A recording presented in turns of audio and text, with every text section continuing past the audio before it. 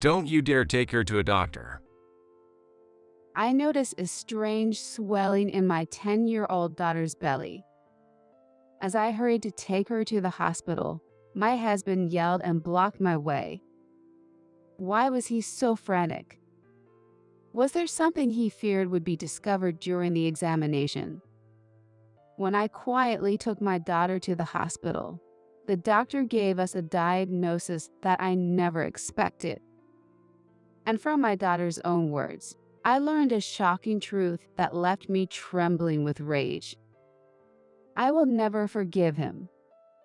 This anger was directed at my husband, whom I thought adored our daughter. I never imagined he could do such a thing. My husband, Kenny, and I worked together at my father's toy company, though we joined the workforce at different times. It eventually led to an office romance and then marriage. After getting married, I resigned, and a year later, I found out I was pregnant. But not everything was going smoothly. This all happened when I was 9 months pregnant. Kenny, what's the meaning of this? What's got you so angry? I mean this. Don't you have anything to say about this bank account? That is… My husband had withdrawn $3,000 from our joint saving without telling me. The baby is coming soon, and we need every penny. What on earth did you spend such a large amount on? I was furious because we had been saving every month for the future. I spent it on anime. There was this character I really liked, and I just had to have the merchandise. Kenny's mumbling and lack of clarity in speech finally pushed me over the edge with anger. Anime, with a family on the way, what are you thinking? We're getting a divorce. Wait, just calm down, okay? He was panicking, trying to soothe me. I am calm. Who do you think made me this angry? Do you even understand what being a parent means? I'm sorry. I won't do it again, I promise. Please forgive me. Watching him beg for forgiveness, my anger began to subside. I regretted impulsively mentioning divorce. Considering the arrival of our child made me nervous about raising her alone, so I decided to forgive Kenny.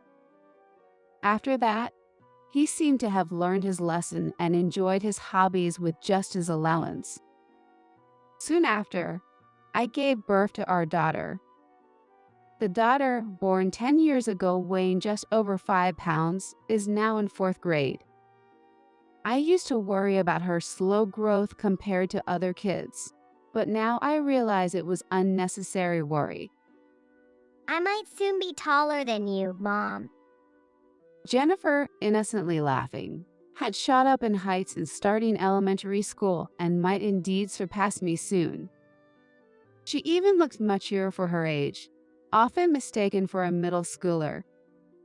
As for Kenny, he lacked fatherly awareness for a while after Jennifer was born, doing things only when I asked him to. I can't exactly pin down when that started, but seems like he started getting oddly interested in our daughter since she started growing up, and he began actively participating in parenting too. Kenny adores our only daughter, and Jennifer loves her dad dearly. All right, Jennifer. After we take a shower together today, let's sneak some ice cream without telling Mom. Yeah, let's do that. Daddy, let's go take a quick shower. Hey, Mom can hear everything, you know? It wasn't just the shower. They sometimes slept in the same bed too, a habit from her early years, which I found endearing. But I started to wonder if maybe we should stop this behavior. It came up during a coffee date with some mom friends. Recently, my daughter has started to detest my husband. It's been tough. Really? How so? She tells him, "Dad, you stink. Don't come near me." in such a strong tone that my husband is getting depressed. That must be sad for him. We're still in a phase where she loves her dad. They still take showering together and share a bed. Really? The moment I shared this, I saw a surprised, somewhat taken aback look on my friend's face, making me feel it wasn't the norm. Maybe that's strange. Not necessarily strange. My husband stopped showering with our daughter before she reached second grade, saying it felt embarrassing for him. Is that so? But my daughter is 10 now, and her body is starting to change, becoming more like a woman. Jennifer is quite mature, isn't she? But it's nice that she loves her dad. My friend tried to reassure me, but I couldn't shake the thought from my mind. So that night, I brought it up with Kenny. Hey, how long do you plan to keep showering with Jennifer? Huh? Why ask all of a sudden? But well, as long as possible, I guess. Are you serious? My friend's husband stopped before their daughter was in second grade because he felt it was inappropriate. So what? That's them. Jennifer loves me, so it's fine. Kenny seemed not to take it seriously. Thinking deeply wasn't his thing. But I wondered if there would come a time when Jennifer naturally starts to avoid her father. She doesn't seem to mind now, so I decided to wait and see a little longer. However, I would later regret not considering this more deeply. A few weeks later, one morning. Jennifer, good morning. Hurry up, or you'll be late. Good morning. What happened to you? My daughter's pajamas were strangely disheveled when she woke up. I had noticed her clothes disordered before, but that day, she also seemed listless, pale, and downcast. Jennifer, are you okay? Do you feel sick? Does something hurt? No, I'm fine. Maybe I'm just really hungry. I've been getting hungry a lot lately. Maybe it's a growth spurt. She forced a bright smile, but her evasive manner made me suspicious. You can tell me if something's bothering you, anytime. Yeah, I got it. She quickly looked away, then started eating her breakfast with a smile. After this incident, I noticed a change in her. Gradually, Jennifer began avoiding Kenny. Jennifer, what shall we talk about while lying in bed tonight? I think I'll sleep with Mom tonight. I have a lot I want to talk to her about. You can talk to Mom anytime, right? Dad only gets to talk to you at bedtime because of work.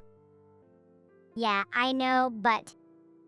She averted her eyes from her father and fell silent. I promised Jennifer we'd have some girl talk tonight. Another time with Dad, maybe. I playfully bailed her out, and Kenny clicked his tongue and left the living room. Are you okay? You can say no to Dad if you don't like it. Yeah, thanks, Mom. She continued to avoid her father, who still tried to invite her to showering and sleep together. Jennifer is hitting puberty. Maybe you should stop pressuring her. I hinted to Kenny, but he looked alarmingly angry. I was happy to see her grow and naturally start to set boundaries with her father, but it seemed he saw it differently. Perhaps it's hard for a dad to accept his daughter drifting away, so I didn't dwell on it much. Months later, I was shocked to see Jennifer's lower abdomen unusually swollen one morning. Guess what? Jennifer's lower abdomen is oddly swollen. Jennifer, what happened to your belly? What do you mean? She seemed unconcerned, but it was clearly not normal. Look at this, Kenny. Shouldn't we take her to the hospital?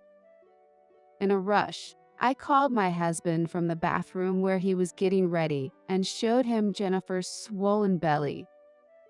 Don't you dare take her to a doctor.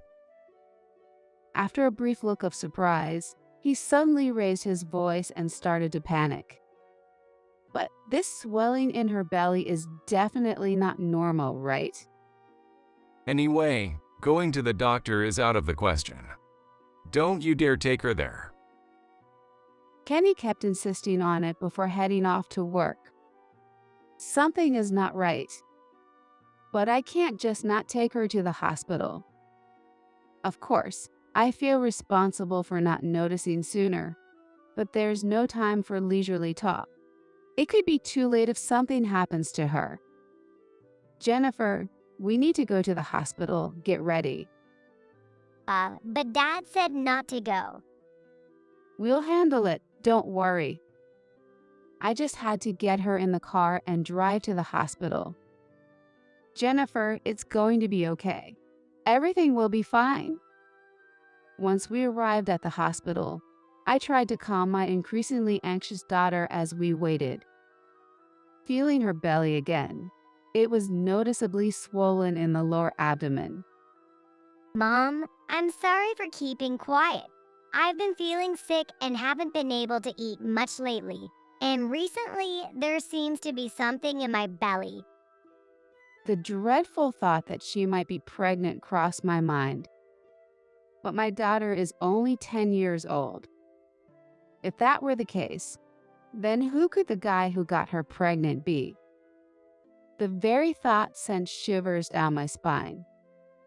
Soon the examination was over, and the doctor gave us unexpected results. If only I had paid more attention to you, this wouldn't have happened. I'm sorry. No, it's not your fault, Mom, but Dad. Gradually, Jennifer started to reveal bits and pieces of what happened to her. What she disclosed was a shocking truth that had been hidden. As I stroked Jennifer's back as she cried, my emotions were in turmoil with anger towards my husband and an indescribable sense of disgust. I won't ever forgive him doing such a thing to my daughter. I was determined to make him regret it, no matter what. Immediately upon returning home, I checked Kenny's study, then made a phone call to a certain place. Next, I texted my husband. I'll be late tonight due to the neighborhood association meeting. Jennifer is feeling unwell and sleeping. With everything set, I left my daughter at my parents' house and waited at home for my husband's return that night. When he was about to come home, I pretended to be Jennifer and hid under her covers in the bed, holding my breath. I'm home. Kenny came home earlier than usual, seemingly in a good mood, went straight to his room, and then entered my daughter's room with something in his hand. He stood by the bedside, convinced that our daughter was there, and ran his hand over the covers. Just as I suspected. Despicable! Hiding under the covers so he wouldn't notice, my disgust grew as he continued to touch. Jennifer, you're feeling unwell, aren't you? Are you okay? I shook my head under the blanket, and then he started speaking in a coaxing tone. Let me see your face. Maybe you'll feel better after seeing Daddy, huh? Kenny kept talking persistently and even tried to forcibly remove the blanket. The struggle ensued between me, holding the blanket tightly, and my husband trying to see my face at all costs. You don't have to be shy anymore. Daddy has been lonely because Jennifer has been so cold lately. With a voice that sounded more like he was talking to a lover than our daughter, I gritted my teeth and endured, despite the creepy feeling. Looks like Mom's gonna be late coming home tonight. So now's the perfect time to take it easy and spend some quality time doing our usual thing, you know. Unable to bear the eerie voice any longer, I grabbed the blanket and pulled myself up. What do you mean usual stuff? What are you taking your time with? Well, Jennifer, what are you doing here all of a sudden? Shocked, Kenny stumbled backward, fell down, and scattered what he was holding across the floor. Then, seeing me, he got a panicked look. Why is Natalie here? What about the neighborhood association meeting? Where's Jennifer? Oh, that was a lie. I had to do it to expose your true self. What? That's slow of you. Say what you will. I was surprised that Kenny believed the email and acted exactly as I had anticipated. He fell for the trap and showed his true colors. Hey, explain what you are intending to do. I should be the one asking for explanations. What is this? You intended to put it on Jennifer. I pointed to the items Kenny had dropped on the floor. Seemingly forgetting them in his panic, he hastily gathered them up, clutching them close. This is, well, it's a present for Jennifer. I thought it would suit her. Really? Unable to withstand my gaze, he was stuttering and sweating profusely. But this is clearly a cosplay outfit, right? What my husband had was unmistakably a costume of an anime character that men would fancy. Moreover, the costume had large openings at the shoulders and chest, and the skirt was extremely short. Calling this a present really makes me question your taste. This is. Jennifer said she wanted to try it on because it looked cute. My husband was stammering, sweating profusely. That's one of those late-night anime sexy characters, right? There's no way she'd watch something like that. Well, you see. Kenny fell silent after that and didn't attempt to answer. Did you intend to dress Jennifer as well and take pictures in this? My husband visibly paled at my remarks. Oh, it's not like. I didn't mean it like that, but. Well, if we can take photos as a memento, I guess I wouldn't mind. Oh, really? You've been doing this all along. I thrust an album in front of him. It was something I found stashed away in the back of the closet when I checked his study, something he seemed to treasure. There were numerous cosplay photos tucked inside. Hey, don't you dare touch my treasures with your filthy hands. Kenny, who had only been speaking hesitantly until then, suddenly changed his demeanor, shoved me aside, and snatched the album away. Ouch. What are you doing? There's no need to be so rough. You're the one who recklessly took my stuff out. It's all your fault. It's all because of you. How? Why would you say that? While cradling the snatched album protectively, my husband glared at me. Because it's true. It's all your fault for restricting my anime hobby. Furthermore, my husband started complaining that with only his allowance, he couldn't afford the merchandise of his favorite anime characters, and he couldn't even attend events easily. And on top of that, when our child was just born, I was even robbed of the time to watch anime while being forced to babysit. I was left speechless by my husband's assertions. Yet, he continued to press his argument. But Jennifer's growth is so rapid, and she's gradually becoming more like a favorite character in terms of her physique.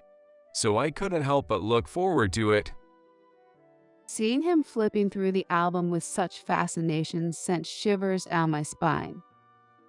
You've got to be kidding me. Do you have any idea how much Jennifer was agonizing over this? She's only 10 years old, and yet she's been through such terrifying experiences. The truth is, on the way back from the hospital, I had heard this story from my daughter. My husband said that when he slept with her in the middle of the night, he always dressed Jennifer in costumes and took pictures of her. At first, she was happy and excited to be able to wear cute clothes, but lately, with so many skin-bearing outfits, she gradually started to dislike it. So Jennifer said she didn't want to wear them anymore, but my husband wouldn't budge at all. Furthermore, Jennifer became scared after finding out that Kenny was posting the photos he took on social media. Surprised to hear that, I checked my husband's computer, where there were rows of photos of a girl with clearly still a kid body. Although her face wasn't clearly visible, they were obviously Jennifer's figure without any doubt. Stop snooping around other people's stuff. Well, if you're that concerned, you should have set a password or something. I could have easily looked at it as soon as you opened the computer. Adding insult to injury, I further pressed my husband, who looked frustrated as he bit his lip. And to top it off, you've been making quite a bit of money selling those photos, haven't you? But, well, I heard Jennifer's classmates found cosplay photos online that looked like her and showed them to her. She was pretty shocked and devastated by it, you know? But because Jennifer had been sworn to secrecy about the photos by Kenny, she couldn't confide in anyone and kept it to herself. And because of that, Jennifer's belly has been. could it be that she's pregnant? But I have no idea. It's none of my business anyway. More concerned about himself than our daughter's well-being.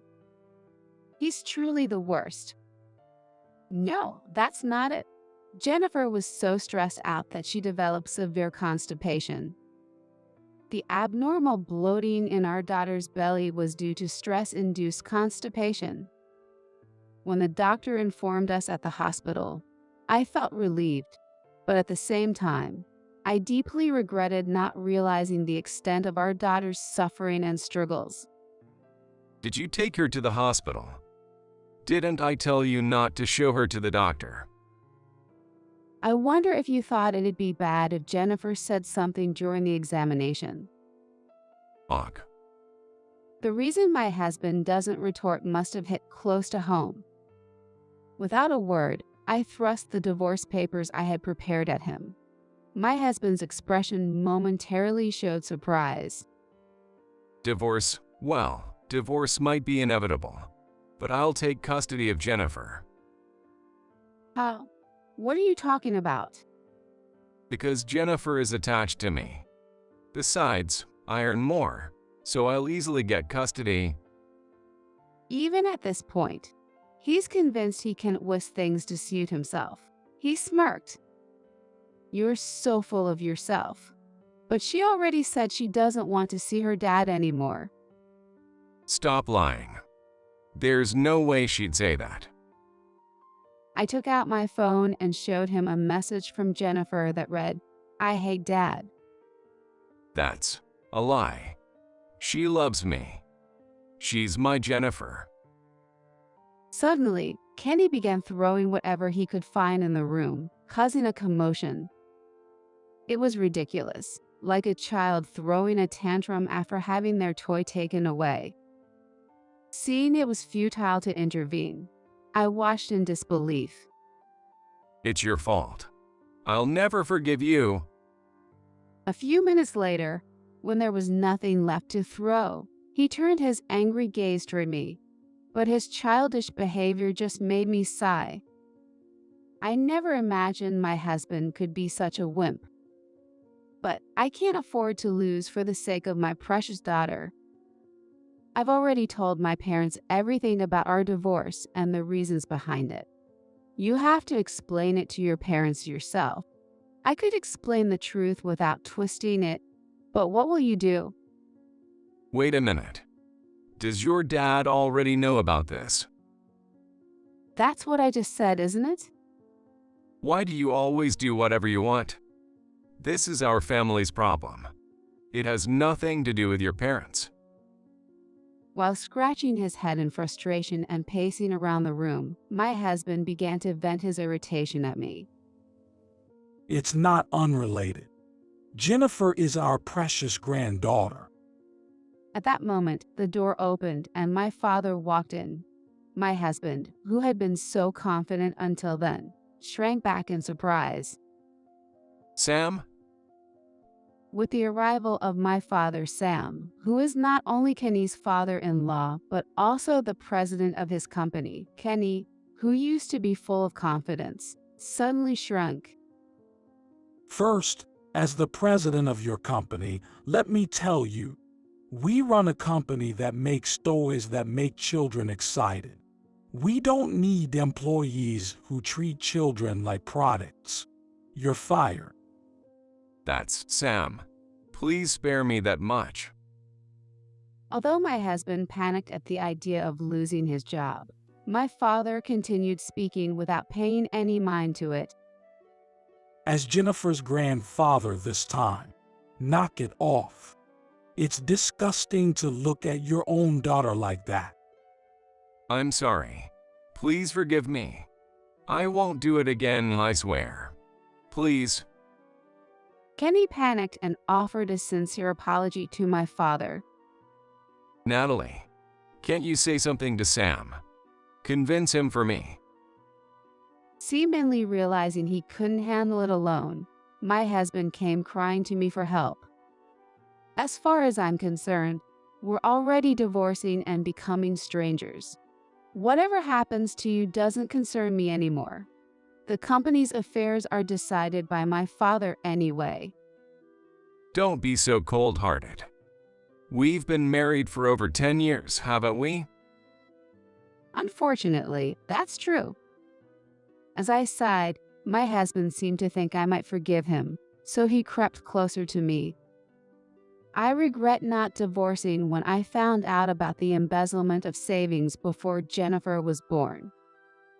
Pushing Kenny away, I once again placed the divorce papers in front of him, and he suddenly became defiant. I'm not getting divorced. I take back what I said earlier. Since you haven't signed it yet, it's fine, right? How? What are you talking about? No matter how much you say that, my decision to divorce is firm, so it's a waste of time. Despite my refusals, my husband, who kept coming closer, finally prostrated himself before me. Let's just calmly talk this over, Natalie. If we talk, we'll eventually understand each other. Nah, it's already impossible. Still persistent, my husband continued to cling to me, crying. Then, if I said I'd give up this hobby, would you forgive me? Please forgive me. I couldn't help but regret marrying someone so selfish and self-centered, who only thinks of themselves. I'm tired of you only caring about yourself. Think about how deep the scars on Jennifer's heart are. Compared to that, your job loss is nothing but a joke. But Even as I looked at him coldly, he continued to mutter excuses. Stop with the excuses and nonsense.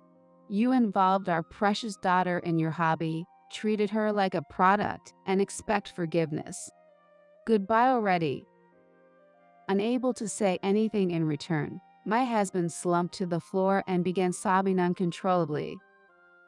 In the following days, the divorce between Kenny and me was finalized.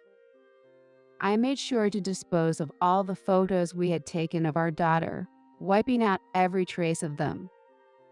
I demanded a lump sum of $100,000 from my husband as compensation for the emotional damage to our daughter and child support.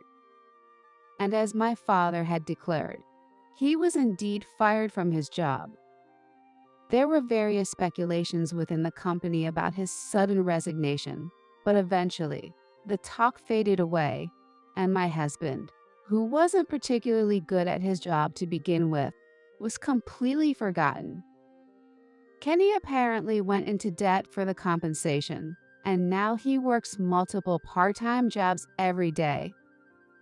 On the other hand, my daughter and I moved back to my parents' house and started a new life. Jennifer, who is now cheerful and smiling every day, attends school energetically. As a mother, I want to continue protecting my daughter firmly in the future. I'm graduating in half a year and I've got a job lined up. so we don't need her anymore, right?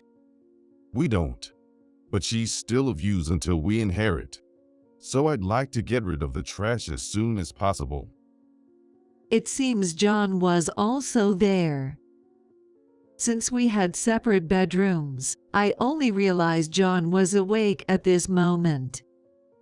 I hadn't intended to eavesdrop on their conversation, but their unsettling talk froze me in place. They continued their heart-wrenching conversation without knowing I was listening.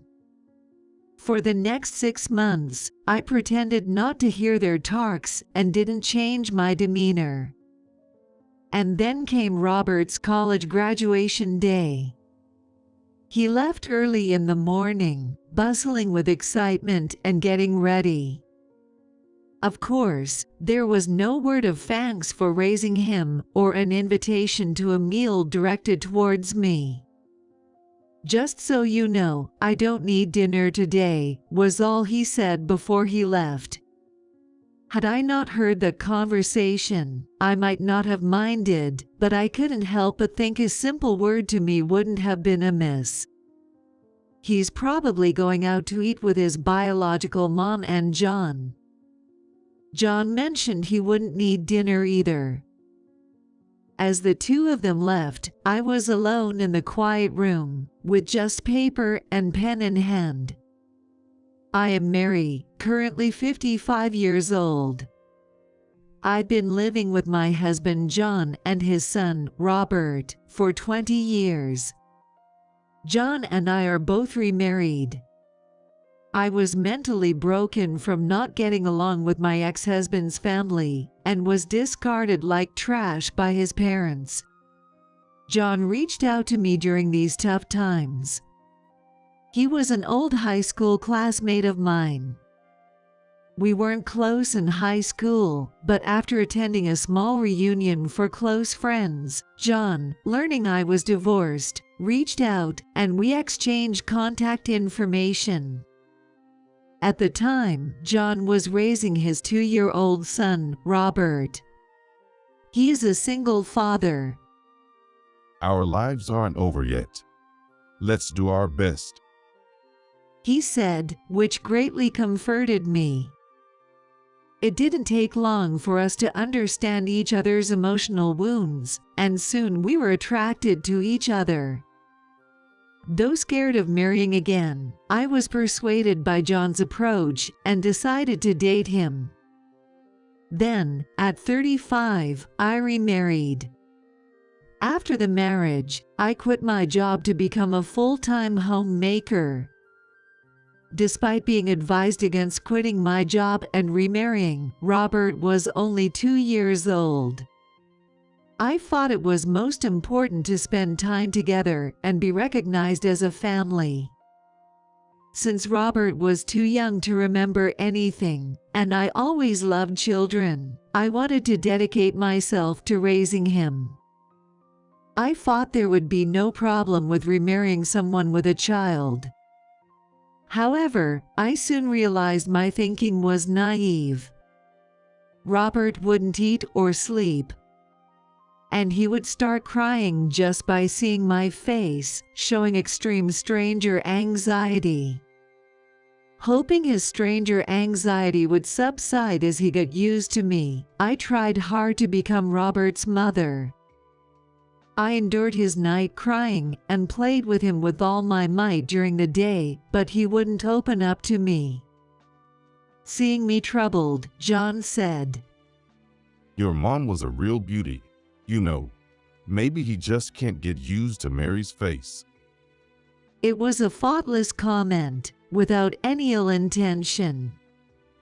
Yet, at that moment, I felt deeply hurt as a woman, a wife, and a mother. And John kept doing that, comparing me to his ex-wife at every turn. What brew are you using? The beef stew my ex made was tastier.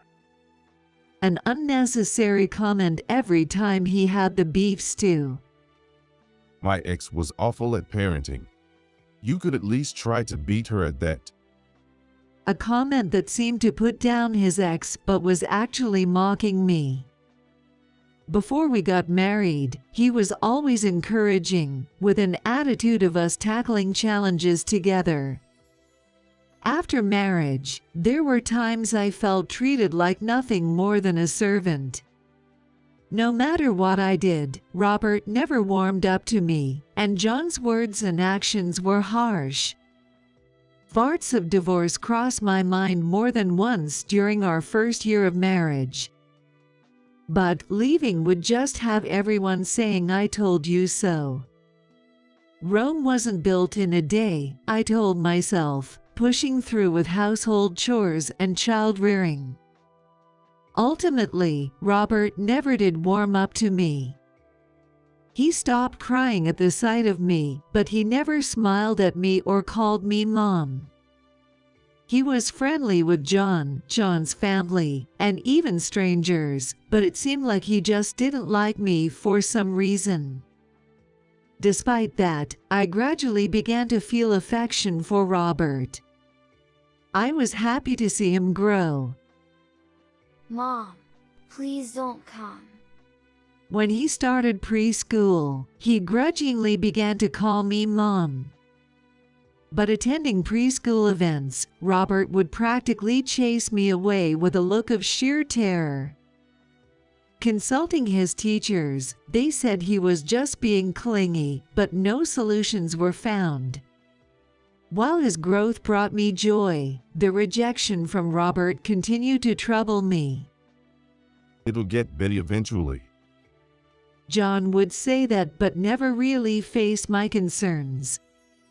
One day, I asked Robert, Mommy loves you very much. What can I do to make you love me? Robert looked surprised by my question. I felt uneasy at his expression but waited patiently for his words. Then Robert opened his mouth. Mom, do you really love me? Of course I do. No, you're lying. You hate me. Dad said so. I was shocked by his words. John had said that. What was he talking about? What do you mean? Dad said I hate you. Yeah, I'm not fooled. You're a fake mom. It's your fault my real mom is gone. After leaving those words behind, Robert stormed out of the living room. I was devastated. I had nothing to do with the divorce between Robert's mom and John. Yet, John blamed everything on me. Even though Robert was young, his refusal to open up to me, calling me a fake mom, was all John's doing. That night, I confronted John. Robert called me a fake mom. I can't imagine he would know to say that unless you told him, right? Who else would tell Robert such a thing? But John just brazenly denied any wrongdoing. I did say it. But it's not wrong, is it? Don't blame me because he's not attached to you. I was so frustrated, I couldn't say anything back. I still didn't understand why John would do something like that. In the end, my relationship with Robert didn't improve, and I felt increasingly distant from John as well. But children's growth doesn't wait for anyone. It was when we were preparing for Robert's elementary school entry. This backpack is good, right? John pointed to a high-end backpack. I was shocked by the price. It looks nice, but isn't it a bit too expensive? Why don't you ask your parents to buy it as a gift? I couldn't immediately grasp what John was saying, tilting my head in confusion. Your family is wealthy, and they could afford a gift for their grandson's school entry, right? John said this as if it was the most natural thing, not noticing my bewildered expression. Indeed, my family was financially comfortable. They owned real estate, and my grandfather had even been listed among the wealthiest individuals. Given that John and I went to the same high school, it wouldn't be surprising if he knew about my family's financial situation before we got married. Hearing about grandparents buying backpacks for school entry is common. However, Robert and I have no blood relation. And, since he hadn't warmed up to me, I never took him to visit my family. For New Year's greetings, John would say, "You and Robert don't need to go. We're not blood related to your parents. If you want to visit them, go by yourself," using the lack of blood relation as a reason to avoid interacting with my parents. Yet, he had the audacity to suggest they buy an expensive backpack as a gift. From my parents' perspective, they have no particular attachment to Robert. It might be a bit difficult, I said with a wry smile, declining John's suggestion. However, John seemed irritated. Why not? Just ask them. If they say no, then I'll know where we stand. His condescending tone irritated me. What do you mean by where we stand? I wanted to retort but held back. Of course, I couldn't impose such a burden on my parents. I planned to buy the backpack with money I had saved up from before I was married, and pretend it was a gift from them. Surprisingly, my parents offered to buy the backpack. In our hometown, it's common for the maternal grandparents to present such a gift. If Robert's birth mom's family or John's family were planning to give one, I thought it might be presumptuous of me to offer, but isn't Robert's mother Mary? Her words warmed my heart. Someone recognized me as Robert's mother.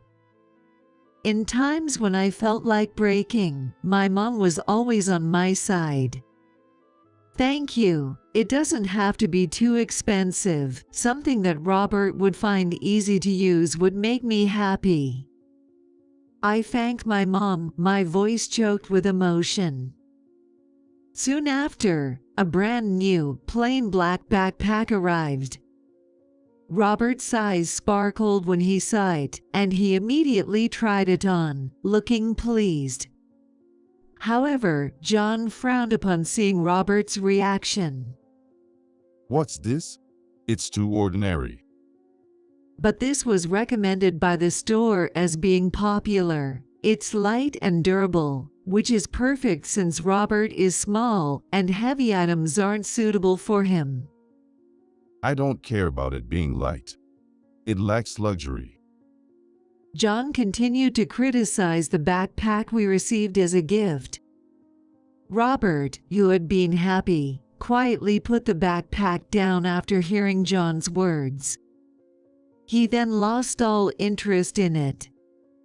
The same thing happened when it was time for middle school entry. John insisted on high-end brand sports bags and shoes for school, expecting my parents to buy them as gifts. As Robert entered middle school, he began to mock me on his own, influenced by John's behavior. It's good you married Dad since your family is rich. He said that, mocking me. I'm sure John must have been saying things like that to Robert. I had been pretending not to notice, but by this time, I was acutely aware. John had married me because my family had money, and to secure someone to take care of Robert. Stop saying silly things and go study. By this time, I had given up on being liked by Robert. Even if I was called fake, I believed it was my duty to raise him as his mother. If I divorced and left, it would just be Robert and John living together. I think Robert will have a very hard time. I might not have been a mother that made him happy, but my feelings of affection for Robert were genuine. That's why I wanted to spare him any hardships. Robert then graduated from high school and went on to college. That's when John started saying we should ask my parents to help with the expensive college fees. Let them pay for their grandson's education. The money will eventually be Mary's anyway. It's better to use it on Robert now. But of course, I couldn't ask my parents for such a large sum. Backpacks and sports bags were one thing, but this was entirely different. However, I knew I would get snide remarks from John if my parents didn't contribute. I used the alimony I received from my previous divorce to pay for his tuition.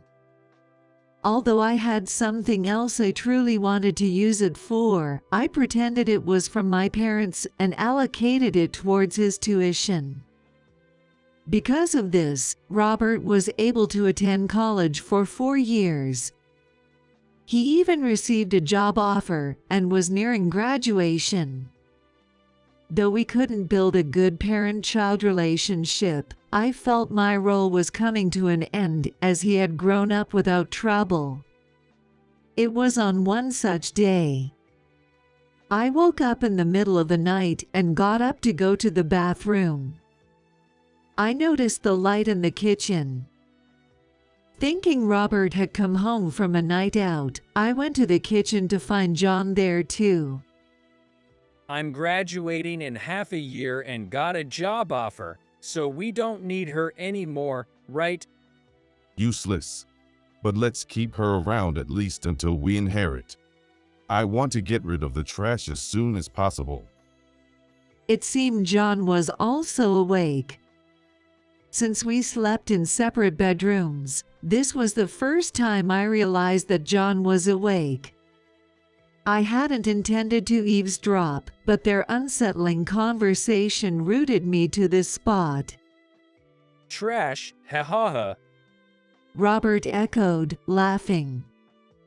Yay, let's go out for a meal as a family after the graduation ceremony. I'll treat you with my part-time job money. I was momentarily uplifted by his words. But then I was devastated again. Actually, I've invited Mom to the graduation. She used to come to school events when I was in elementary school, but I haven't invited her recently. I thought it would be nice for the last time. That's great. It's been a while since we've been able to get together with just the family. I'm looking forward to it.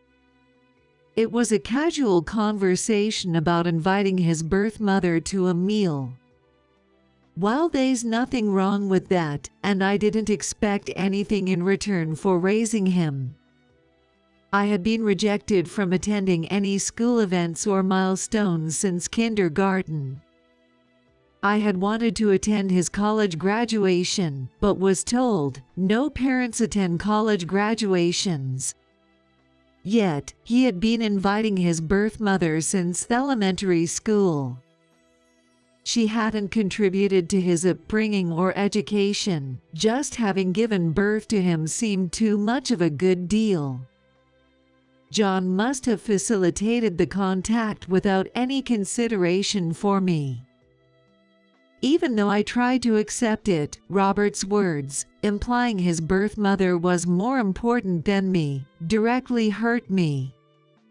Well, I'm not saying I'm not thankful to Mary, but she's not family. When we were divorced, I wondered how I was going to raise you, but having a convenient housekeeper around was a lifesaver. Well, the cleaning and laundry were fine, but I wish the meals were better. The lunchbox was inedible. I always had a hard time figuring out who to pawn them off on. You got to eat whatever you liked with that money. So it worked out well for you, didn't it? Following that conversation, John and Robert's laughter echoed. Hearing this, I stood there in shock. It was an even more shocking fact. It was terrible that despite making lunch every day since he was in middle school, he was selling it to others. It was disrespectful to the people he sold them to and essentially trampled over my feelings, thinking I was doing something nice for Robert. Struggling to move my frozen legs, I quietly moved away from there. Listening to their mocking laughter any longer felt like it would break my heart. I had been married for 20 years, raising Robert since he was 2 years old. Yet, I was never once acknowledged as family. I crawled into bed and cried. Then, I decided on something I had kept close to my heart for a long time. For the next 6 months, I acted as if I heard nothing and changed nothing about my behavior. Then came the day of the university graduation. Robert left early in the morning, bustling with excitement and getting ready. Of course, there was no word of thanks for raising him or an invitation to a meal directed towards me. Robert left with just the words, "I won't need dinner tonight." Had I not overheard that conversation, I might not have cared, but a part of me wished for at least a word directed at me. Probably he was going to dine with his biological mother and John. John also said he didn't need dinner. After seeing them off, I sat alone in the quiet room with paper and pen. It was just past 1 p.m., too early for them to return home, when my phone rang as I was having lunch outside. The call was from John. I glanced at it and sipped my coffee with a smile. I had no intention of answering the call immediately and let it ring for a while. I bet he's panicking on the other end. Feeling a bit sorry for the incessant ringing, I finally picked up. Yes. Mary, is that you? Where are you? What's this note about? As expected, John was in a panic. Seeing the note meant he had returned home. If I told you where I am, it wouldn't really be running away, would it? Everything is written in the note. When I said that, John stumbled over his words, but. As the conversation was going nowhere, I sighed deeply. That's how it is, so please submit the divorce papers I've filled out. At those words, John seemed to snap back to attention. I had left the divorce papers along with the note. I won't accept a divorce. But what do you mean the tuition fee is unpaid? At that, I smiled again. Apparently, to John, the unpaid tuition was more concerning than the divorce. Oh, aren't you supposed to be at work? How do you know about that? Oh. John was at a loss for words, stammering. It seemed that John had attended the university graduation ceremony with Robert's biological mother, his ex-wife. That's probably where he found out about the unpaid tuition fees. Anyway, they told me that if the unpaid amount isn't transferred by the end of this month, he won't be able to graduate. Just tell your parents to transfer it right away? Why should I, just a mere housekeeper, go to such lengths? My tone inadvertently grew sharper. But it was my honest feeling. I'm just a housekeeper, right? You've brainwashed Robert since he was little not to get attached to me. That's not true. He was attached to you. And he actually called you Mom, didn't he? Don't lie. He only called me Mom because you were concerned about appearances, right? John fell silent. I paid the tuition for 3.5 years anyway. If you want him to graduate, why don't you, as his parent, pay at least for the last semester?" I left him with those words and hung up. A few days after overhearing John and Robert mocking me one night, the bill for tuition arrived. Given all the demeaning things said to me, being called just a goal for money and a housekeeper, I couldn't bring myself to pay. The university contacted me several times. According to the university's rules, if the tuition remains unpaid, even if Robert could attend the ceremony as a prospective graduate, he would be expelled if payment wasn't made by graduation day. In other words, he had to transfer about $6,000 by today. After hanging up with John, Robert also called. "Hey, you witch. What's this about unpaid tuition? Why haven't you paid?" It seemed he wasn't with John. Otherwise, he wouldn't dare speak to me like this. "Ask your father for details. I have no intention of involving myself with you two anymore." What does that mean? "Take care, then." Just wait a minute. I cut off his protests, ending the call. Since the day I overheard that conversation, I had decided to leave the two of them behind. I then disappeared from their lives completely. My phone kept ringing all day. If they had time for this, they might as well make the transfer. The next day, I changed my phone and number. 3 months later, while at the municipal office for errands, I discovered the divorce papers hadn't been submitted. Feeling frustrated that nothing had been done in 3 months, I reluctantly returned home. Since the key still worked, I entered the house to be greeted by a strange smell. "What's this smell? Like rotten food." Entering the living room, the source was clear.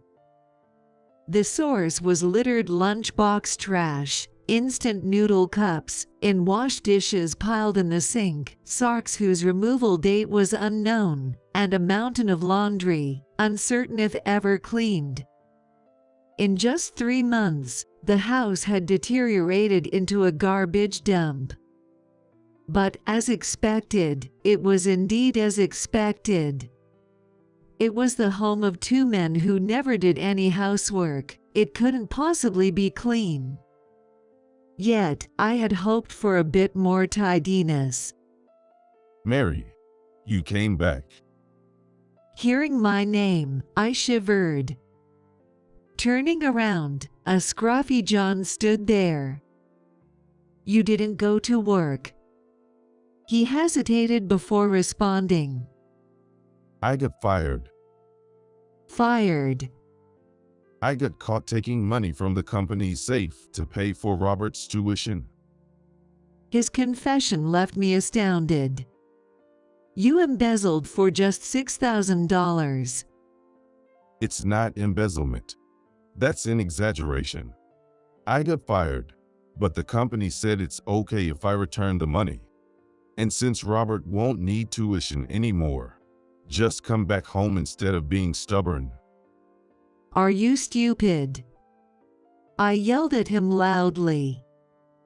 I knew you were foolish, but I didn't realize to what extent. I've already left a note saying I've cut ties with both of you. But now that it's come to this, I can't live without you. It's all because you or your parents didn't pay the tuition, right? Faced with John's defiance, I let out another heavy sigh.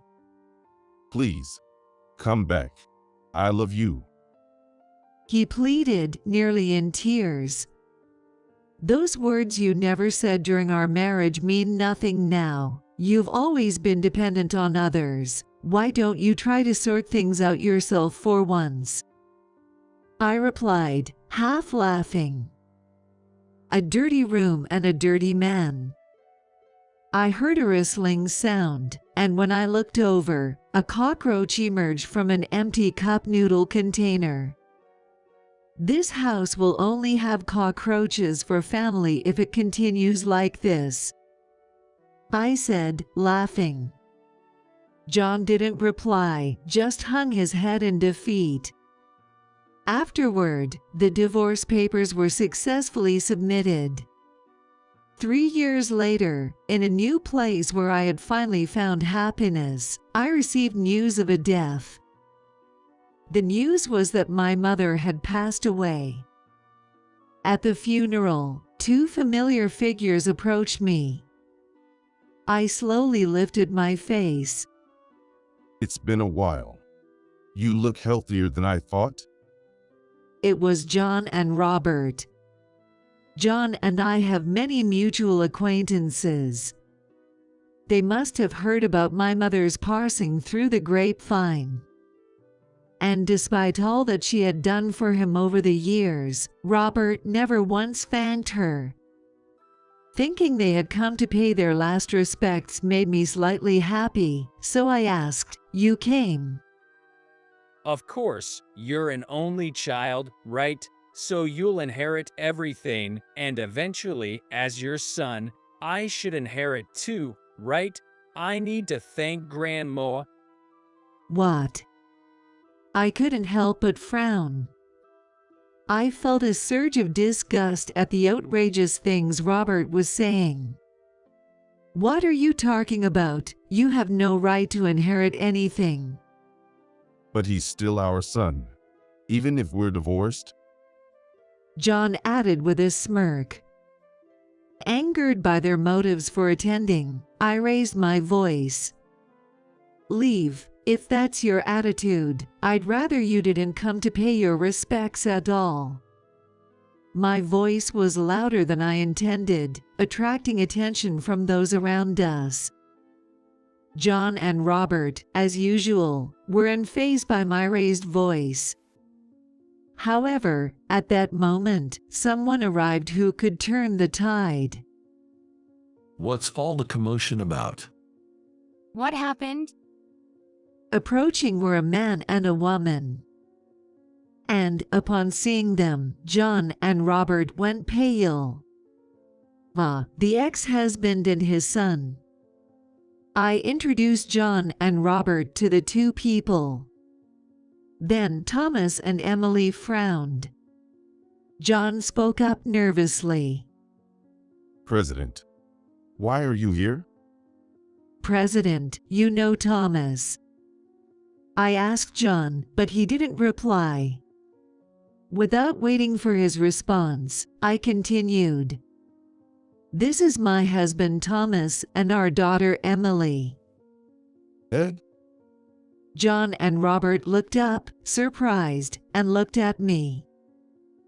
My wife has been under your care. You're Thomas from the HR department, right? Yes. What do you mean? John works for Thomas's company. I asked Thomas, and he nodded. John looked away, as if realizing he had made a mistake. I don't intend to mix personal issues with business, but I won't forgive you if you hurt Mary any further. I didn't mean to. John stammered. Robert, too, said nothing, shrinking down. Emily then spoke up. I heard something about inheritance, but Robert, you have no inheritance rights. Her tone was as if she knew Robert well. So, you're the stepson my mom talked about. Emily laughed. It was hard to imagine the once arrogant Robert looking so diminished. When I looked at Emily curiously, she explained. I'm her biological daughter. Why would you, a stepson, think you have any inheritance rights? Biological daughter? Yes. I'm not a stepchild but her true, blood-related daughter. Did you really think you were the only child and special? Robert turned red. Robert likely never imagined that I had a biological child. In fact, Thomas was my first husband. We had Emily, but Thomas's parents didn't like me, and I was forced to give her up. You should forget you have a child, my in-laws would say. I wasn't allowed to be involved in Emily's upbringing. Thomas always defended me, but his family has been running a business for generations. He couldn't go against his family, especially his father. Eventually, I fell ill and reluctantly agreed to divorce. Later, I heard Thomas raised Emily well despite his parents bad-mouthing me. Thanks to Thomas, Emily grew into a kind-hearted girl who would send me thoughtful letters once a year. While married to John, I had no direct contact with Thomas and Emily. Yet, Thomas would sometimes bring Emily to meet my parents because she was their granddaughter. I always heard about Emily from my mother. I was curious about Emily but never dared to meet her while married. The love I tried to give to Robert was unreciprocated, and I ended up raising him out of sheer willpower rather than affection. After divorcing John, Thomas reached out. My mother had told him about my divorce. Even after our divorce, Thomas hadn't remarried and seemed to have kept me in his thoughts. Now, with his in-laws gone and his career stable, Thomas proposed we remarry. I shared this development with John and Robert. So, Emily is a child of mine and Thomas. What? John turned pale. He likely never imagined that the woman he had employed as a housekeeper was someone's beloved. Did you approach me because I'm the president's daughter? Emily sharply asked Robert. It's not like that. But ultimately, you married my mom for my grandmother's money, right? I can date someone like that. Robert wiped away secret tears, devastated by Emily's words. It seems he said to Emily that he loved her without knowing where they had met. If Robert had been raised differently, not brainwashed by John, the relationship between my born and raised children could have been a source of happiness. Unfortunately, Robert had grown too similar to John. Being with someone like Robert would indeed be troublesome. I couldn't help but agree. My parenting was at fault. I'm sorry, Emily. You deserve someone better. Robert, please stay away from Emily and her money. After being rejected in front of everyone, Robert glared at me, but he couldn't say anything back. He's also a victim of John, but as an adult. He won't find happiness unless he acknowledges his and his father's faults. That's why you should leave too. This isn't a place for those who aren't family. Thomas said, effectively kicking them out. It was the perfect retort, echoing the "you're not family" I had once heard back at John and Robert. John reportedly continues to work at Thomas's company, feeling out of place. Given his age and the reason for his previous job termination, finding another job would be unlikely. Why did you hire him, knowing about John? When I asked, Thomas laughed. Of course, I knew. Keeping him under me ensures he won't bother Mary. His words warmed my heart. I hadn't realized it was all for me. Moreover, there was surprising news.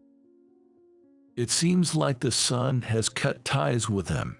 He's probably reflecting on his past actions and attitude towards you. Remarkably, Robert had moved out to live on his own. Rejected by Emily, his plan for a large inheritance failed. He realized happiness requires personal effort. While I felt serves you right towards John, I didn't wish for Robert's unhappiness. I hope he grows through his struggles and finds happiness, a testament to my role as his mother. I now live with Thomas and Emily. After driving me away, my in-laws regretted their actions, seeing the depressed Thomas and Emily. But it was too late to change anything after I remarried. Did you think you were happy? Thomas asked.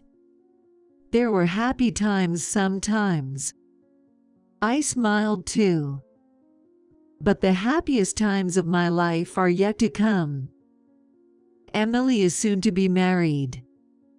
I hope to live long enough to turn our past struggles into laughable memories, aiming to grow further. My husband suddenly told me, I have to go to work now. You'll have to walk to the hospital yourself. "What?" I asked my husband, who was driving next to me, even though I was drowsy from a fever over 104 degrees Fahrenheit. We were on a nearly deserted and dimly lit street. My husband was in the middle of taking me to the hospital because I had developed a fever. Indeed, when I had asked him to take me, he looked displeased. But when I called the ambulance, he canceled it without asking, saying it was a bother over just a fever. As I was thinking about this, I realized that my husband had already stopped the car and came around to open the passenger door. Is he intending to drag me out? With my weak hands, I desperately clung to the passenger seat. But my resistance was futile. He dragged me out of the car and threw me outside. He snorted, returned to the driver's seat, and said, "Figure it out yourself. You can make it to the hospital if you walk for an hour, right? And don't bother strangers for help, got it?" Then he drove off immediately. "Please, stop, come back." I knew my cries wouldn't reach the car growing distant, and I didn't even have the strength to stand anymore, so I could only sob and weakly call for help. "Someone, please help me. My name is Naomi. I'm a 40-year-old housewife. I live in a small town in the Midwest with my husband, Daniel, and our 16-year-old son, Ethan. Daniel and I met through a friend's introduction. At the beginning of our relationship, Daniel always said, "I'll climb the ladder, just stick with me." Seeing his ambition, I thought marrying him would make me happy. I was happy at the beginning of our marriage. He worked for a well-known corporation and earned a good salary. We spent enjoyable days together, watching movies or going shopping on days off. However, as our son Ethan was born and grew, those days started to change. Firstly, Daniel never got involved in parenting. He never changed a diaper, nor did he ever bathe Ethan. He never participated in an open class at his son's school, even when he had time off. We've never even been on a family vacation together. In short, Daniel never did anything that could be considered fatherly. As a result, Ethan and Daniel hardly talk anymore. Of course, knowing that this wasn't right for a family, I had tried to mend our relationship. However, Daniel dismissed the attempts, claiming I was too tired from work to have a proper conversation, letting the matter slide without resolution. We lived together, and it gradually became clear that Daniel was a coward. Daniel's big talk wasn't driven by ambition, but was merely bluster. The words he said before we got married, "I'll climb the ladder, just stick with me," were just to ensure I wouldn't leave him for someone else. Indeed, Daniel learns more than the average man, but compared to his peers at the same company, he hasn't climbed very high in the hierarchy. It's not that I wanted him to succeed at all costs, but I couldn't help thinking that, if he was going to immerse himself in work to the detriment of his family, he should at least achieve more. One day, after sending Ethan off to his soccer club's morning practice, I was preparing Daniel's breakfast. Daniel came from the bedroom to the living room and stared intently at the breakfast laid out on the table. The menu was the usual: bacon and bread, along with hash browns and an omelet. Daniel sat down on the chair and started with the omelet. Then, frowning and knitting his brows, "What's this?" he muttered. What? Was something off? It's the same omelet as always. However, Daniel roughly set down the plate with the omelet and declared, "It's inedible," before getting up and leaving the table. Since then, he has been complaining about every meal I make. The lunches I packed for him were returned almost untouched, with the excuse they were too awful to eat. He said, "Don't feed me this stuff even though I'm tired from work," and he started to leave dinner untouched. And Daniel's complaints extended beyond cooking to laundry and cleaning as well. He told me to straighten the clothes more when hanging them on the balcony. He once touched the window frame with his finger and said, "There is so much dust." Despite doing the housework as usual, he suddenly started complaining like this. Moreover, when he complained about my housework, he'd say things like, "Other women would do a better job," as if he was comparing me to someone. It was clearly suspicious, and almost as if his comments came from closely observing another woman doing housework recently. Since then, his actions became suspicious, like taking his smartphone with him to the bathroom or shower, or whispering on the phone in his study. I wondered if he might be cheating. I tried to find proof by checking his bag or sneaking a peek at his phone after he went to sleep, but I found nothing. I considered hiring a private investigator, but since Daniel managed our finances, I didn't have the freedom to use money and had to give up on that idea. Weeks passed with these uneasy feelings.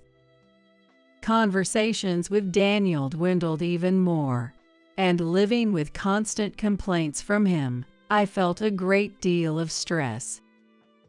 Could that be the reason? Maybe because of that, one night, I woke up feeling extremely hot and realized I had a high fever. Recently, Daniel and I had been sleeping in separate rooms, so I couldn't ask for help. I managed to crawl to the living room because I had left my phone in the living room. Feeling like my vision was fading, I might have been exaggerating, but I felt like my life was in danger. I should call an ambulance. Just as I thought that and reached for my phone on the living room table, Daniel happened to come into the living room. What are you doing up in the middle of the night?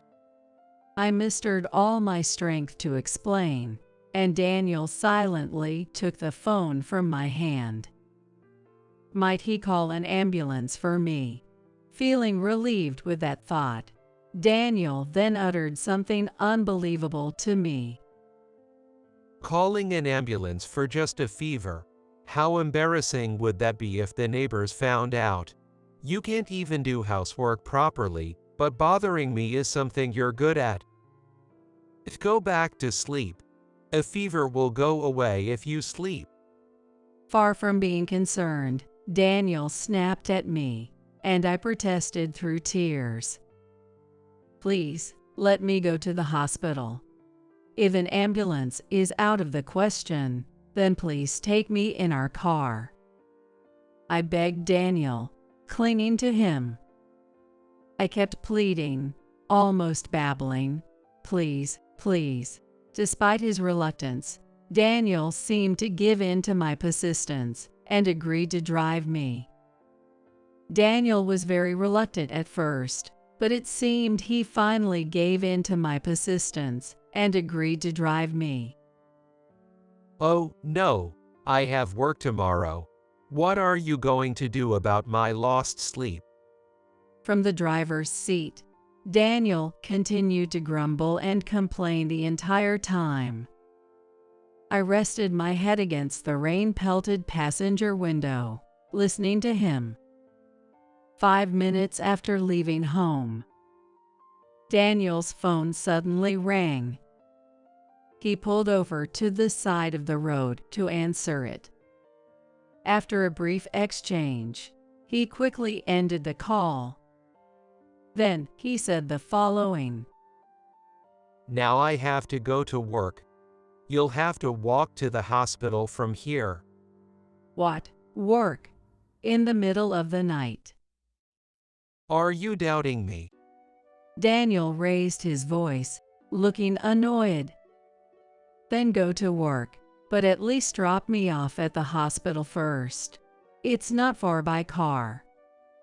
It was impossible to walk to the hospital in the heavy rain in my condition. I desperately clung to the passenger seat. But Daniel got out of the driver's seat, opened the passenger door with force, unbuckled my seat belt, and grabbed my shoulder. Get out quickly. With those words, Daniel dragged me out of the car, as if he was throwing my body outside. I scraped my knees and palms with such force. It was dark, and I couldn't see well, but it felt like I was bleeding. It hurts, you know, I said to Daniel, but he just snorted, returned to the driver's seat, and drove off immediately. I could only watch helplessly as the car got smaller and smaller in the distance. The rain kept getting stronger, and it felt like my fever was rising. There was no one around on the night streets, and Daniel had taken my smartphone with him. My only option was to walk to the hospital. In a desperate state, I headed for the hospital. Since Daniel had contacted the hospital in advance, I was sure the staff would be waiting for me. Thinking that I shouldn't waste any more of their time or that of other patients, I walked to the hospital despite feeling dizzy and disoriented. I got lost and had to rest along the way, but by the time I finally made it to the hospital, 2 hours had passed since I left home. A trip that should have taken only 15 minutes by car. I made my way towards the entrance, aiming for the door. Then, through the glass doors, I locked eyes with a nurse. The moment we made eye contact, I felt a wave of relief and lost consciousness. When I woke up, I was lying in a hospital bed. It seemed like the medication and the intravenous strip had worked because my fever had gone down. As I stared blankly at the ceiling, I heard a familiar voice. It was my son's voice. Mom, are you okay? Ethan asked with a worried look on his face. Yes, I'm fine. Sorry for worrying you. Wait, why is Ethan here? As I pondered this question, Ethan smiled slightly and helped me sit up. To my surprise, Daniel was there too. He was sitting on a low chair, looking exhausted. His clothes were soaking wet, and his usually neat hair was a mess, as if he had been caught in a storm. For some reason, his legs were shaking uncontrollably. I wondered what had happened while I was unconscious. Hey, you have something to say to Mom, don't you? Ethan said to Daniel in a dismissive tone. Then Daniel jerked and shivered, lifting his face up. He looked gaunt, and the dark circles under his eyes were severe. I'm sorry.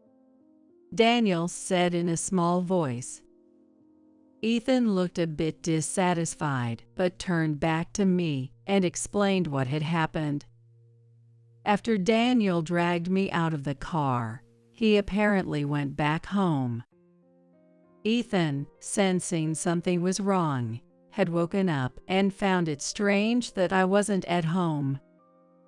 When Daniel returned, Ethan asked him where I was, but Daniel tried to dodge the question.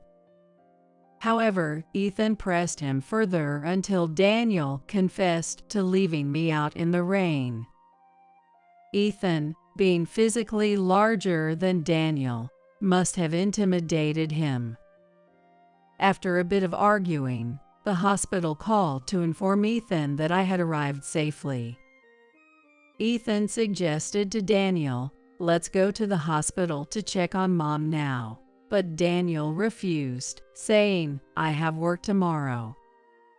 Ethan, furious, grabbed Daniel and insisted, "You walk to the hospital too." Faced with Ethan's threatening demeanor, Daniel, being watched by Ethan on his mountain bike, jogged through the rain to the hospital. Daniel, who usually commutes by car and dislikes exercise, must have found this extremely difficult. It's no wonder he was so worn out and exhausted. After finishing his explanation, Ethan looked at me seriously and said, Mom, you should divorce this guy right away. I was shocked by his words. Not because I didn't want to divorce. I was shocked that I had driven my son to say such a thing. I took Ethan's hand and apologized, saying, "I'm sorry." For a while after that, Daniel and I were in a Cold War state. I wanted to divorce, but there were financial concerns. As a housewife, I wasn't confident I could adequately support Ethan if we were to divorce. I wondered what Daniel thought about all this. A few weeks after I had a high fever. One day, the landline at home rang. Hello? Are you Daniel's wife? My name is Amy, one of his employees. Well, yes, that's me. Is there something you need? The woman who introduced herself as Amy said to me, who was bewildered. Daniel and I are in love. So could you please divorce him quickly? Amy was having an affair with Daniel. My previous suspicions of infidelity weren't misplaced. I would divorce him if I could. I found myself shouting that in response, almost instinctively. That was my true feeling. Take that lousy man if you want him. Will I be insulted? With that thought, I steeled myself and gripped the receiver tightly. But Amy exclaimed, "Really?" with a happy voice. Then it's settled. I work for a major corporation, so I can pay any amount in compensation. If you give me your email address, I'll send you plenty of evidence of my affair with Daniel. You can use that to demand a divorce from him. Caught off guard by the unexpected proposal, I was momentarily stunned, but I quickly regained my composure. There's no way I could pass up such an opportunity. I gave her my email address. And soon after, she sent me ample evidence of the affair. There were la vie de vie photos and screenshots of their rendezvous messages, more than enough to serve as proof. That evening, after making sure Ethan had fallen asleep, I approached Daniel, who was having a drink. "Hey, we need to talk." Daniel just said, "What?" without taking his eyes off the TV. I was irritated, turned off the TV, and slammed my hand on the table. Daniel turned to face me, angry. I presented something right in front of Daniel. A divorce form. Daniel's eyes widened in shock.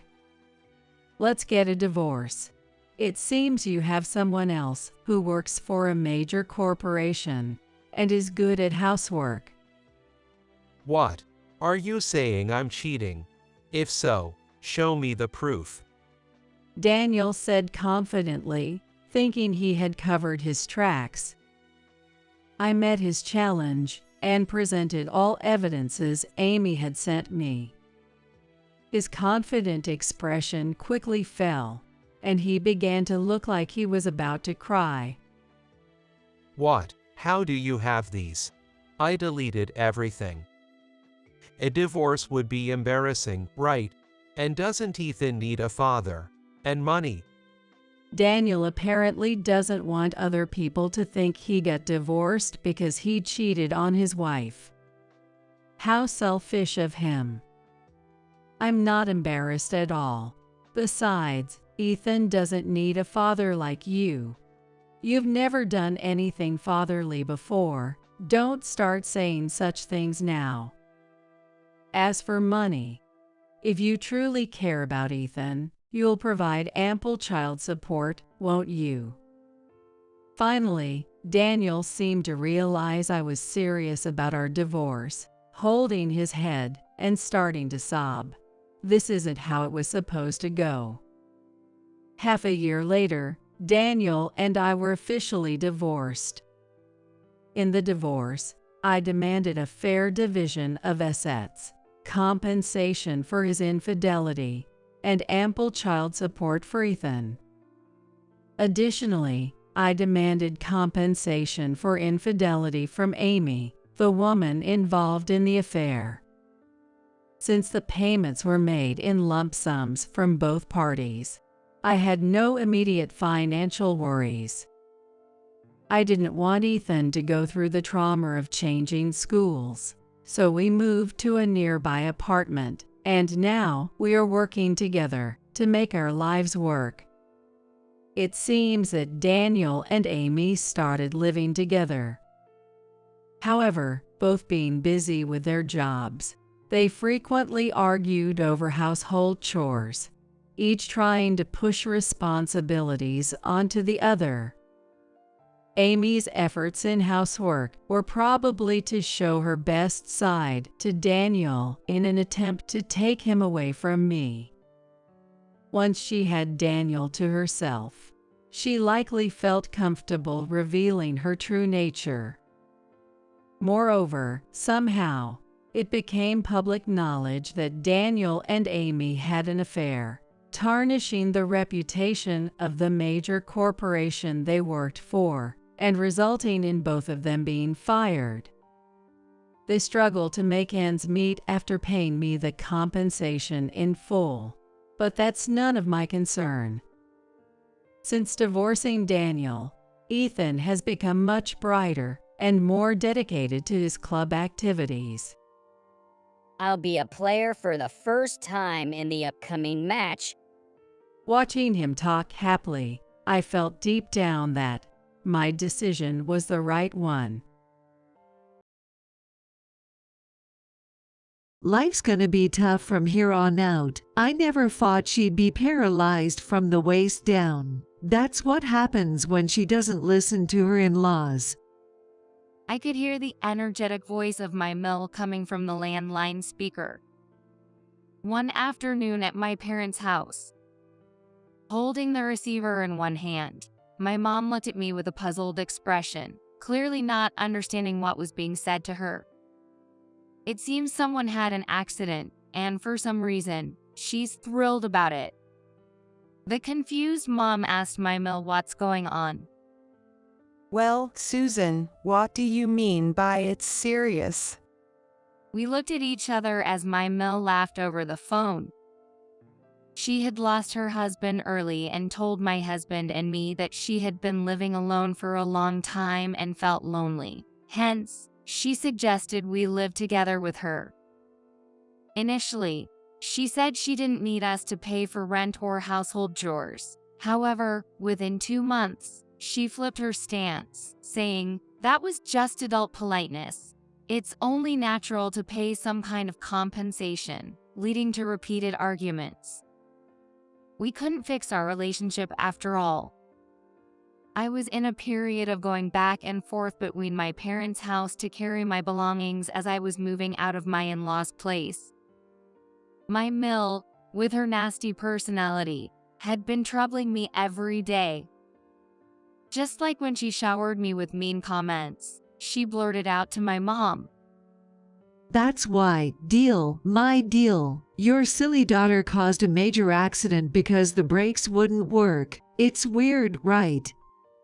Shocked, I couldn't help but speak up towards the speaker. "Deal, you mean me, right? I'm fine, though. What accident are you talking about?" "My name is Emily. I'm 35 years old and currently work as a salesperson for luxury accessories in a department store. After graduating from a college, I've been employed at an accessory shop for nearly 15 years. While considered a senior in the workforce, I find joy and fulfillment in keeping up with new trends and catering to customers' needs, working energetically daily. The age range at my workplace is broad, but given we sell women's accessories, the staff is predominantly female. Among them, I was one of the few who were still single. I wanted to get married and had been actively looking for a partner through friends' introductions, but had yet to find the right match by the time I turned 35. Thus, I took the initiative to seek out a marriage counseling service. I earnestly listened to the counselor, sharing my values and lifestyle in detail. Considering whether there was a match, I ended up meeting Harry, an engineer. He was a year older than me, had a good vibe, and the way he listened to me, slightly blushing, left a very good impression. After hitting it off, we went on several dates, gradually getting to know each other better. I sometimes slipped into my sales pitch talk, but as I spoke with him, that stiffness melted away. Over time, Harry would enthusiastically talk about his favorite novels, and I found myself engaging more openly, the complete opposite of how we started. We both agreed that we wouldn't find a better match than we did. Based on our deep trust in each other, we decided to get married. We were looking for a new home close to my husband's family home. His father had passed away early but left behind a significant inheritance, and my Mill, Susan, continued to live there alone. Harry had moved out after getting a job and only returned occasionally. It seemed she had been feeling anxious for a long time, and one day, she suggested we move in with her. Being alone all the time just makes the loneliness accumulate. I'm at an age where I have to worry about illness and injuries, right? Instead of looking for a new place, you don't need to pay rent. So if you're okay with it, why not live here together? It would mean we could spend more time together. Of course, I wouldn't get in the way of a newlywed couple. Could you consider it, thinking of it as a way to ease my worries? My impression of my Mill from our visit was that she was gentle and modest, saying, "We'll keep our living areas separate, and since I'm not working, I'll take care of the household chores and cleaning." The loneliness of her living alone was palpable, and understandably, neither my husband nor I could dismiss her outright. Moreover, we were thinking about starting infertility treatments because we wanted children in the future. These treatments would require a long time and significant medical expenses. We had planned to cut back on our living expenses for the cost, but living with my in-laws would not only save money but also allow us to save more. This would enable us to approach the treatment more systematically. Thus, we started to think quite positively about living together. Honestly, it's a wish come true. Rather than living by ourselves in the neighborhood before moving in together, why not start living together now? It'll save us from changing our living style multiple times and wasting money on moving expenses. That's right. I don't want to see your mother looking so lonely. Moving into my in-laws' house was nerve-wracking due to the mill and deal relationship. However, it seemed like the best solution both financially for us and mentally for my mill. After much discussion, we decided to move in with my mill. Upon hearing our decision, she said, "Thank you, really thank you. Being with family is the greatest happiness," and she cried with joy. We moved our belongings in and smoothly started our new life. However, just a few months later, my mill's attitude had completely changed. One day, she suddenly said to me with a stern face, "You always come home late. What's going on? You say it's work, but is it really? Retail jobs should end once the customers leave. It doesn't make sense that you're not coming home until this late after the department store closes. Where exactly are you working?" I was taken aback and lost for words. "And when are you planning to quit?" she continued. I held a responsible position. My job wasn't limited to just sales. There were meetings at the department store and other locations, and it wasn't unusual to work overtime during busy periods. My husband knew it, and he supported me without saying anything when I came home later than him. I was taken aback by the suggestion that I should quit my job and stay at home. First of all, if you've married into this family, you should devote yourself to the household. How long do you plan to work? This would have been unthinkable in my time. If I had known you were like this, I would not have agreed to have you as my deal. Susan, I value my job as well, and Harry and I have decided to support each other and live our lives together. Continuing with our jobs is a choice my husband and I have made. I managed to say this in response, though trembling. However, my mill became even more stern and scoffed at my words. A woman working just disrupts the household. You have a responsibility to keep the house in order while my son is away. You should understand that better. She wouldn't listen to me and kept insisting I quit my job. As her delusions escalated, she started making baseless accusations like, "The reason you're not coming home must be because you're hiding something." So I hurriedly told my husband to mediate. Of course, I had nothing to hide. My husband was shocked by the sudden change in his mother, but stepped in to reason with her. Although she looked unsatisfied, it seemed she eventually resigned herself to just complaining about me. However, the snide remarks towards me didn't stop. Far from improving, she suddenly started saying things like, "Don't you think it's about time you started paying rent? "But you said at the beginning that we didn't need to pay rent, just living here would be enough." Don't you understand that was just a figure of speech adults use? There's such a thing as manners, even among family members. Living here for free without feeling any shame. Considering you want to keep your job so much, I thought you were getting paid with great pride, but it seems it's not much after all." My mill was now going against the initial agreement, suggesting we pay rent, which was completely different from what was promised. Despite the inheritance, my husband and I were covering most of the everyday expenses. It didn't seem like she had any financial troubles. Yet, claiming the initial conditions were just out of consideration put us in a difficult position. Faced with such disrespectful comments, I firmly responded to my mill. We came here under the condition that no rent was needed. But if that's not the case, my husband and I are prepared to leave. Immediately, she turned red-faced, shouting about ingratitude and complaining, not even talking about rent.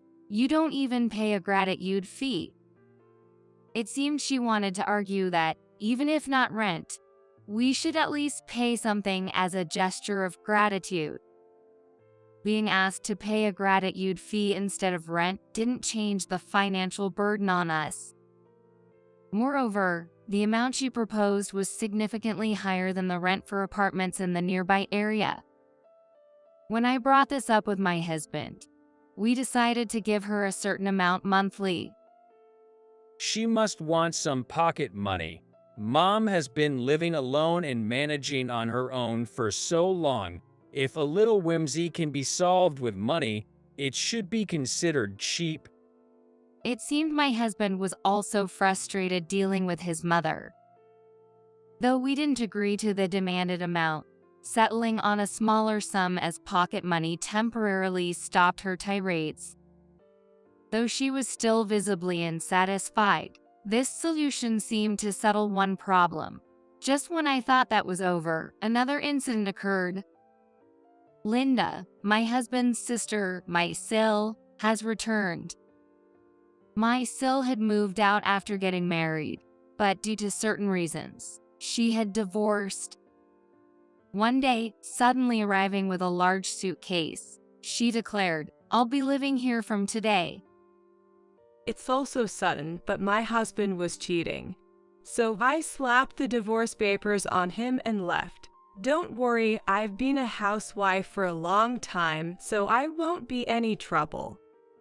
However, she insisted on having a luxurious dinner, suggesting, since it's a special occasion, why not get some beef steak? My mill seemed thrilled to have her daughter back and was clearly on her side. Given that my sister-in-law's ex-husband was a wealthy executive, and she flaunted flashy brand name items, I was worried about her future spending habits. We had met her only a few times during the engagement and wedding. She is 40 years old, 4 years older than me. Due to the slight age difference, we didn't quite hit it off. Moreover, upon learning about my job, she made outrageous requests like, "You must have an employee discount, right? Why don't you get me something for free since we're family?" My husband and I were stunned. After we curtly refused, she glared at me irritably and lost interest, saying, "Oh, I see." Such an inconsiderate Sil. Well, considering your age, I guess Harry was desperate. With such remarks, my sister-in-law's presence made me increasingly feel at my limit. My mill would complain of back pain and being overworked, leaving all the household chores to me. Even though my Sil, currently unemployed, could have shared the tasks, she refused, claiming, "I'm tired from the divorce drama, and I didn't come back to be put to work." Harry tried to help, but being an engineer, he was often exhausted after a day's work. Eventually, I reached my breaking point. Tears would suddenly stream down my face. Sleepless nights became common, and starting infertility treatment became the least of my worries. The stress led me to consider counseling, as maintaining everyday life became a struggle. Seeing my distressed state, my husband suggested, "Let's move out as soon as we can." It's not right for you to go through this, and we can't keep putting up with my mom and sister. I'm sorry, I should have prioritized you over them.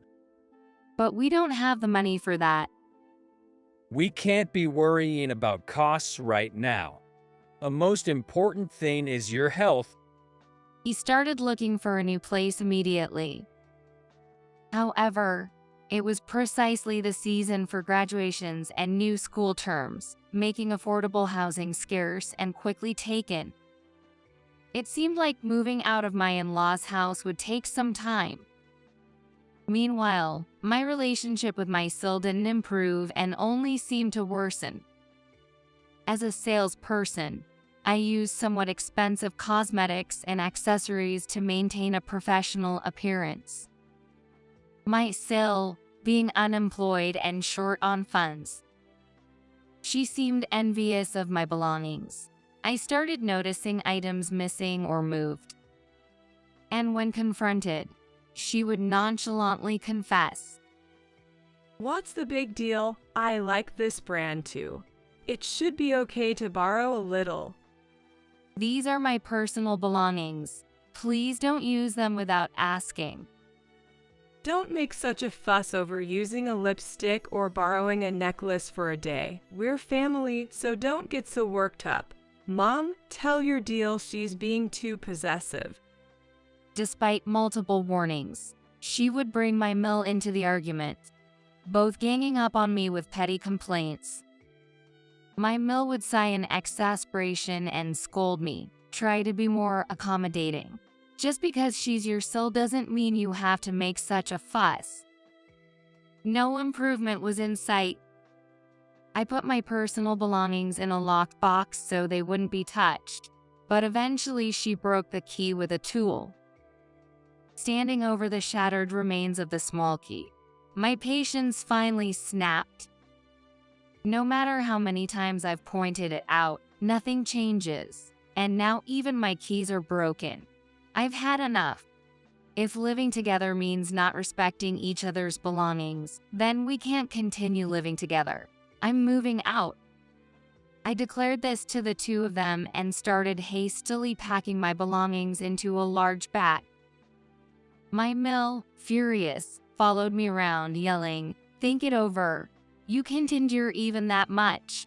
But realizing I was not listening, she started making a phone call somewhere. The call was to my family home, unbelievably. Whether my mom picked up the phone or not, I could hear her lodging a complaint. "What kind of upbringing have you given your daughter?" I couldn't catch how my mom responded, but soon after, I got a call.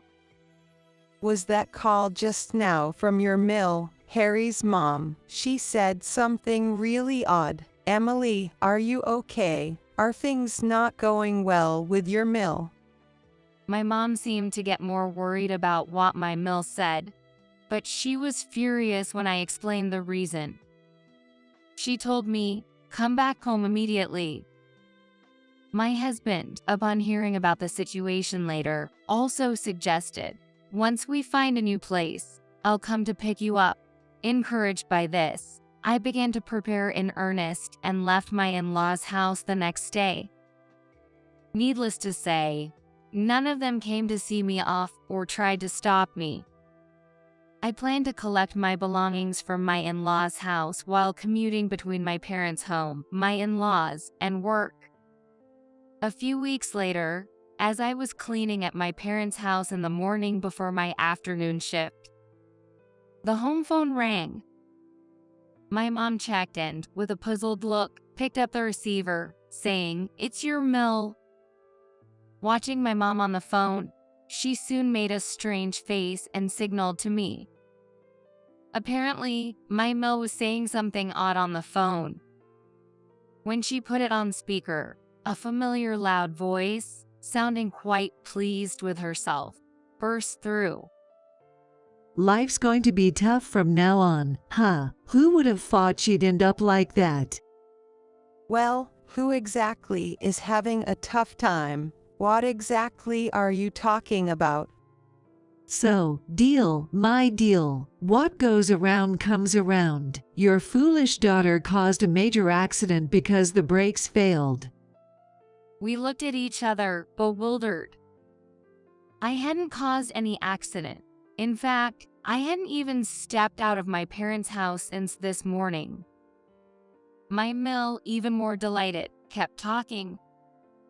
And to think she caused a major accident right before going to work. It's her own fault for not quitting. It's really strange, isn't it? There were too many questionable points, and none of it made sense. I interrupted her tirade, addressing the speaker. Deal, you mean me, right? I'm fine, though. What accident are you talking about? What? No way. What do you mean? My Mill was clearly flustered. It was a bizarre claim for a prank call. I pressed for meaning, but she was just panicking. Why are you all right?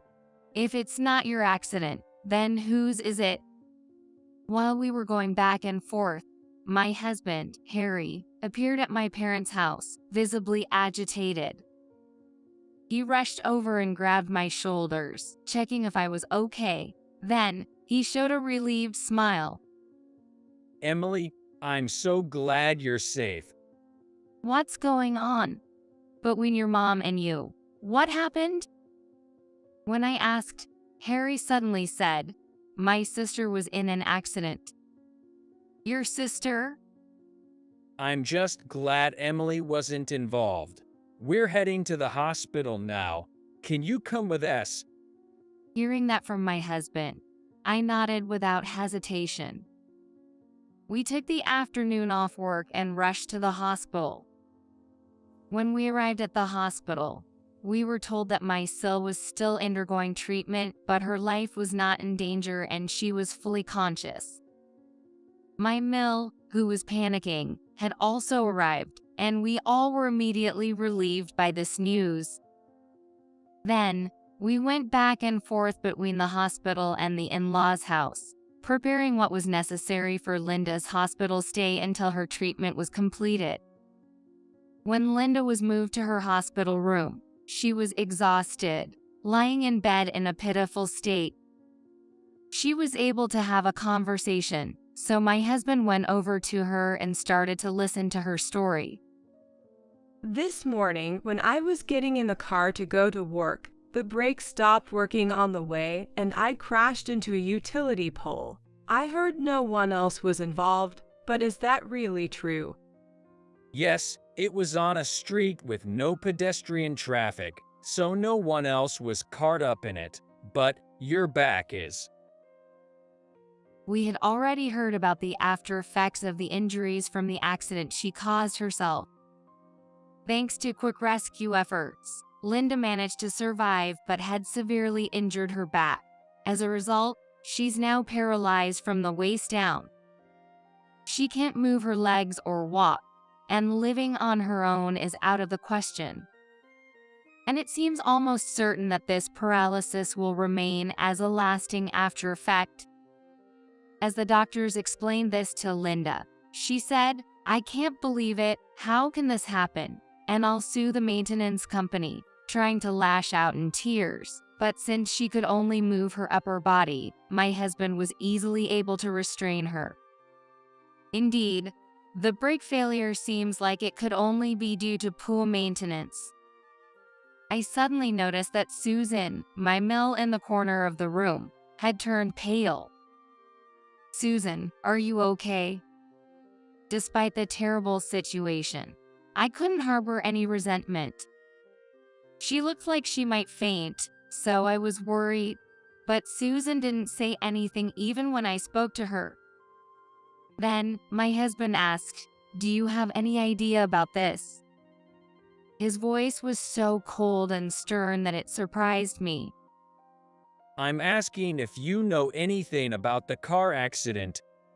Susan, blue-faced and shaking, said no, and she shook her head. No matter how many times he asked, the answer was the same. No, I don't know, she denied, but a bad feeling was growing inside me.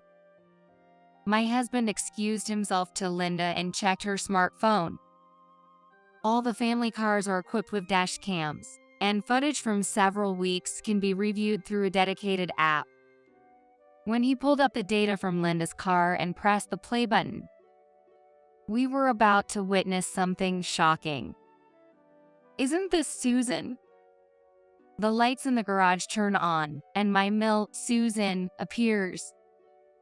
I can tell Susan is scrutinizing the inside of the car from across the hood.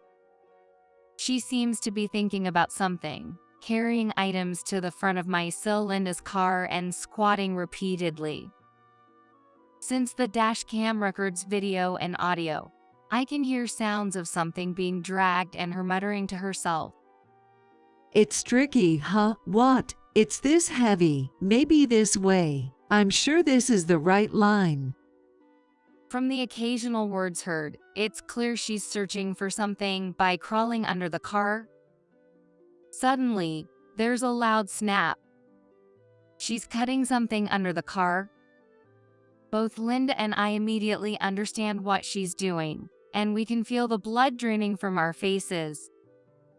Confronted with the footage, Susan starts to tremble all over.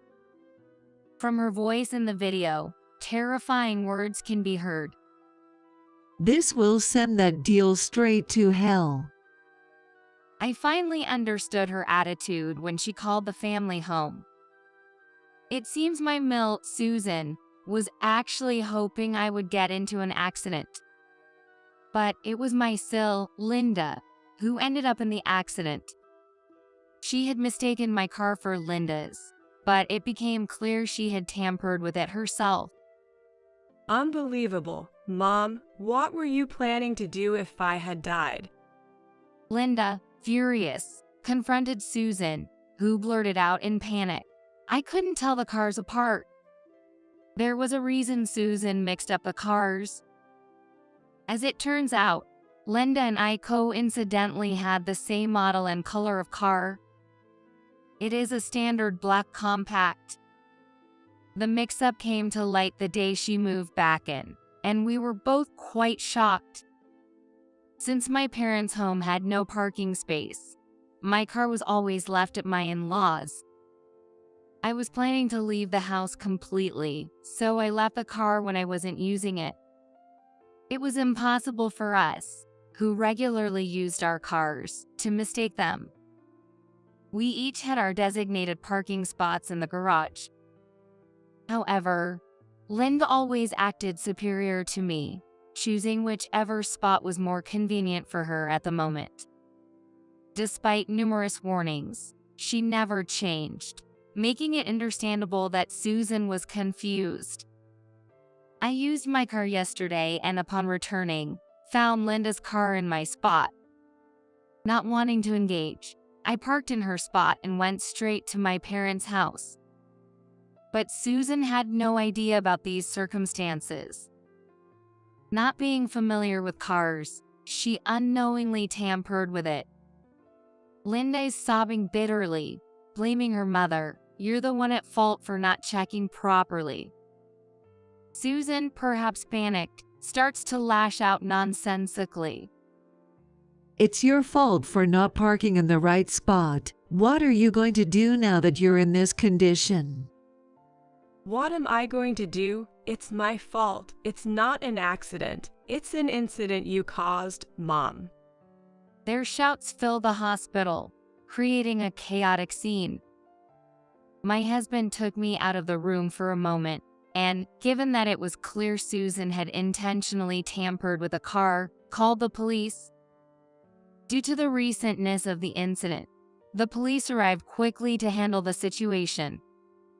With the dash cam footage and the audio recorded from the moment we entered the hospital room submitted, Susan was taken to the police. Amidst the turmoil and her turning pale, Susan was led away, and Linda, with her eyes swollen from crying, tentatively addressed my husband and me. We're family, not strangers. You'll take care of Mom in her absence, right? She subtly inquired about future care, but my husband immediately responded with a firm no. My husband, an engineer who works with cars, glared at Linda, clearly dissatisfied. The cause of the accident isn't solely on Mom. A warning light should have come on if the brake hose was cut. Plus, if the brake fluid were drained, you'd realize something was off as soon as you pressed the pedal. You should have stopped the car then, instead of forcefully driving it until you got seriously injured. From my point of view, you're the one full of problems. After cutting her off sharply, he then started showing us a video on his smartphone. It was footage from Linda's dash cam, but the time was different from before. The timestamp showed this morning. It was just as Linda was about to leave for work. Of course, Linda herself was in the footage. She was clearly struggling with a heavy load, trying to pack it into her car. The load looked like a small safe. It looked familiar to me, and I raised my voice. "Isn't that the safe for your watch?" When I exclaimed in surprise, my husband nodded with a stern face. For some reason, Linda was trying to move the expensive watch safe that my husband had been keeping safe. Acting suspiciously and in a hurry, she tried to drive out of the garage after loading the safe into the car without properly checking her surroundings or even fastening her seatbelt. This scene played out right before my eyes, and she looked as pale as my mill had earlier. When my husband demanded an explanation in no uncertain terms, Linda hesitantly started confessing to something outrageous. Initially, she had explained that she was just taking the car out for work, but it turned out she had planned to take the safe with the watch and sell everything. It seems she thought that even though she didn't have the key to the safe, breaking it would suffice. Right after starting the car, she noticed something off with the brakes, but in her rush to get away from the house quickly, she pressed the accelerator, which seems to have led to the accident. Linda cried and tried to explain, but my husband looked down on her disdainfully. "I needed the money right away to pay back my ex-husband. I was just going to borrow a little bit." Linda had returned home after her divorce, but she had lied then as well. She said she divorced her husband and moved back to her parents' house because he cheated on her, but the truth was the exact opposite. The one who cheated was actually Linda herself. She was sued for damages, lost all her savings, and couldn't afford to live on her own, so she had no choice but to flee back to her parents' house.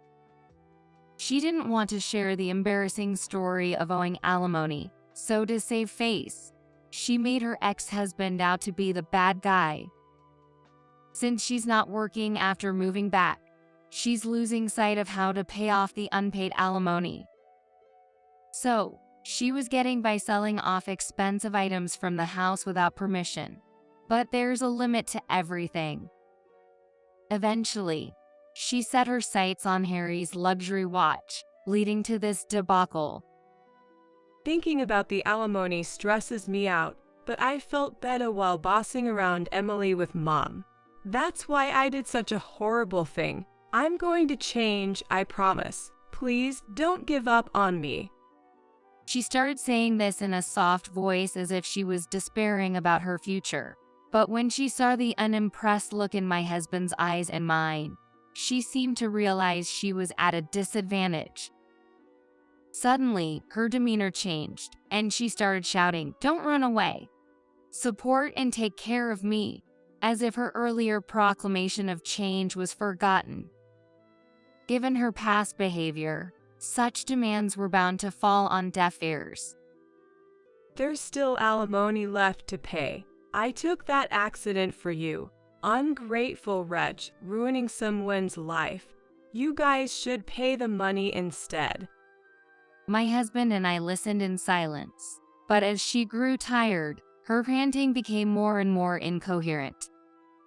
She made such a commotion that several nurses rushed in, prompting my husband and me to leave the room. We nodded to each other, agreeing, never come back. Later, The police conducted inquiries, asking if anyone besides my husband was knowledgeable about cars. What my mill did was nothing short of criminal, and her arrest was inevitable. However, it was still unclear how someone who neither drove nor had any knowledge about cars could come up with the idea to cut the brake hose, let alone how she prepared the tools for it. But neither my husband nor I could think of anyone who fit the bill. A few days later, the investigation revealed a surprising truth. It turned out my mill had been paying a significant amount of money to a young man she met before we got married. The man was a notorious figure who targeted older women, pretending to date them to swindle money. My mill, cutting into her inheritance and living expenses from my fill, poured money into dates with this man. As her savings dwindled and life became harder, she proposed moving in with us, hoping to be supported. Unsatisfied with just that, she attempted to collect money under the guise of rent or gratuity. However, after we repeatedly refused to pay, claiming it was not part of our agreement, she desperately turned to the man for advice. That's when he suggested something dreadful. If your deal dies, your son, being her husband, would get the insurance money. With that, we could live it up in fancy hotels and have fun every day. My mill had long been under the young man's influence and, egged on by him, bought the specified tools and carried out his plan. However, the car tampered with was actually the sister-in-law's, leading to this tragedy. The identity of the young man was also uncovered. Though interrogated, he denied everything, saying, "We talked, but it was all jokes, and I didn't tell her what to buy or give any instructions." He also repeated that while he did go on date-like outings with my mill, there was no romantic relationship. She was merely a source of money for him. I wasn't serious, so I wouldn't incite criminal behavior, he claimed. However, the police, suspecting otherwise, discovered evidence that a plan to steal my insurance money from my husband was seriously contemplated. Additionally, the man's other crimes, including extortion against other women, were uncovered. Thus, both he and my mill were arrested. After the trial, the mill received a prison sentence. Lindy apparently contacted her ex-husband to get him to take care of her, but he had already started a new life and hated her, so the conversation ended with him telling her to pay alimony quickly. Linda, who has a rough and selfish personality, started using helpers from welfare services. No matter how much she was warned, she was constantly turned away from private services because she treated the helpers in charge as if they were little servants. And finally, she had no time to choose people. Ultimately, she was assigned a calm helper who would not tolerate her unreasonable demands. Despite her frequent requests for someone warm, with human kindness, no one willing to replace the efficient but cold helper appeared. The assignment became permanent. My life also saw changes. This incident had greatly worried my parents, so I requested a transfer to a location closer to my home. The request was approved, and I happily started working near my family. Feeling uncomfortable living near his in-laws' town, my husband successfully found a new job and we decided to move closer to my parents' home. It's a fresh start for us in a new place, but he's always considerate, saying he wants to make up for the trouble caused and always tries his best. The watch that was stolen by Linda was held by the police for the investigation but was eventually returned to him. Due to the impact of the accident, the safe it was stored in was damaged. Some of the watches inside were broken, but my husband said, "Let's make these a keepsake for the whole family," as he decided to cut ties with his family. Both of us have started to get used to the new environment. Now, we are in the process of choosing a hospital to start the fertility treatments we had originally planned for. I was getting ready to go to the funeral of my beloved mother-in-law, Sarah. Then, suddenly my smartphone started ringing. Don't you dare come to the funeral home. Go back to your parents' place in the suburbs right now. What? Confused, but obeying, I headed to my hometown. Later, my husband, Tom, told me about his estranged and contemptible sister, Linda. Months passed away, right? How much of the inheritance do I get? I can't stand the thought of her preying on Sarah's estate. Determined to protect my mother-in-law Sarah's honor, I resolved to confront the sister-in-law, Linda. After a fierce battle of words, Linda ended up in a dark, cold cell. I am Kathy, just an ordinary housewife, living happily and lovingly with my husband Tom, who works as an office employee. It seems that many women struggle with how to interact with their husband's family after marriage. Especially between daughters-in-law and mothers-in-law, there's talk of subtle and bitter conflicts. I too had such a murky image of it. But fortunately, I have been able to lead a trouble-free married life in that respect. Yes, I got along well with Tom's mother, Sarah. For instance, Kathy, what do you think of this cardigan? I thought it might suit you, so I knitted it. For me? Thank you. The color is lovely, and you're so good at knitting, Sarah. I'm glad you like it. It's getting colder, so take care not to catch a cold. Yes. Oh, Sarah, if you don't mind, could you teach me how to knit sometime? And so on. Sarah's smile was always filled with kindness. I received a lot of help from her, even financial support at times. I loved my kind mother-in-law so much, thinking of her as my second mother. But then, Kathy, Mom passed away in the hospital. I just heard about Sarah's passing the other day. I was so shocked by her death that I couldn't eat for a while. But I guess this is the reality I have to accept. Thinking back, Sarah had been suffering from terminal cancer for years and had been undergoing chemotherapy. She must have gone through such a tough time fighting her illness. Whenever I visited her, Sarah always greeted me with a smile. She must have been pushing herself just not to worry us. For her sake, I couldn't just sit around and cry. I should at least send her off with a smile. So, I was preparing to attend Sarah's funeral at the in-laws' place. Then, at that moment, ring, ring, ring. My smartphone on the table started ringing. I looked at the screen, and it showed the in-laws' home phone number. Maybe Tom had forgotten something at the venue since he went ahead for the preparations. With a light heart, I picked up the phone. But then, Kathy, don't you dare come to the funeral home. Go back to your parents' place in the suburbs right now. Tom's panicked voice came through the phone. What? Go back to my parents' house? And why are you in such a hurry? Sorry, actually, there's a bit of trouble at the venue. I'll explain everything once we meet up. Naturally, I was confused by his words. What kind of trouble could it be? And I'd never seen him so flustered before. All right, calm down. I'll head to my parents' place as you said, but... Take a cab. I'll be there soon too. Bye. The call ended abruptly. Honestly, my mind was full of question marks.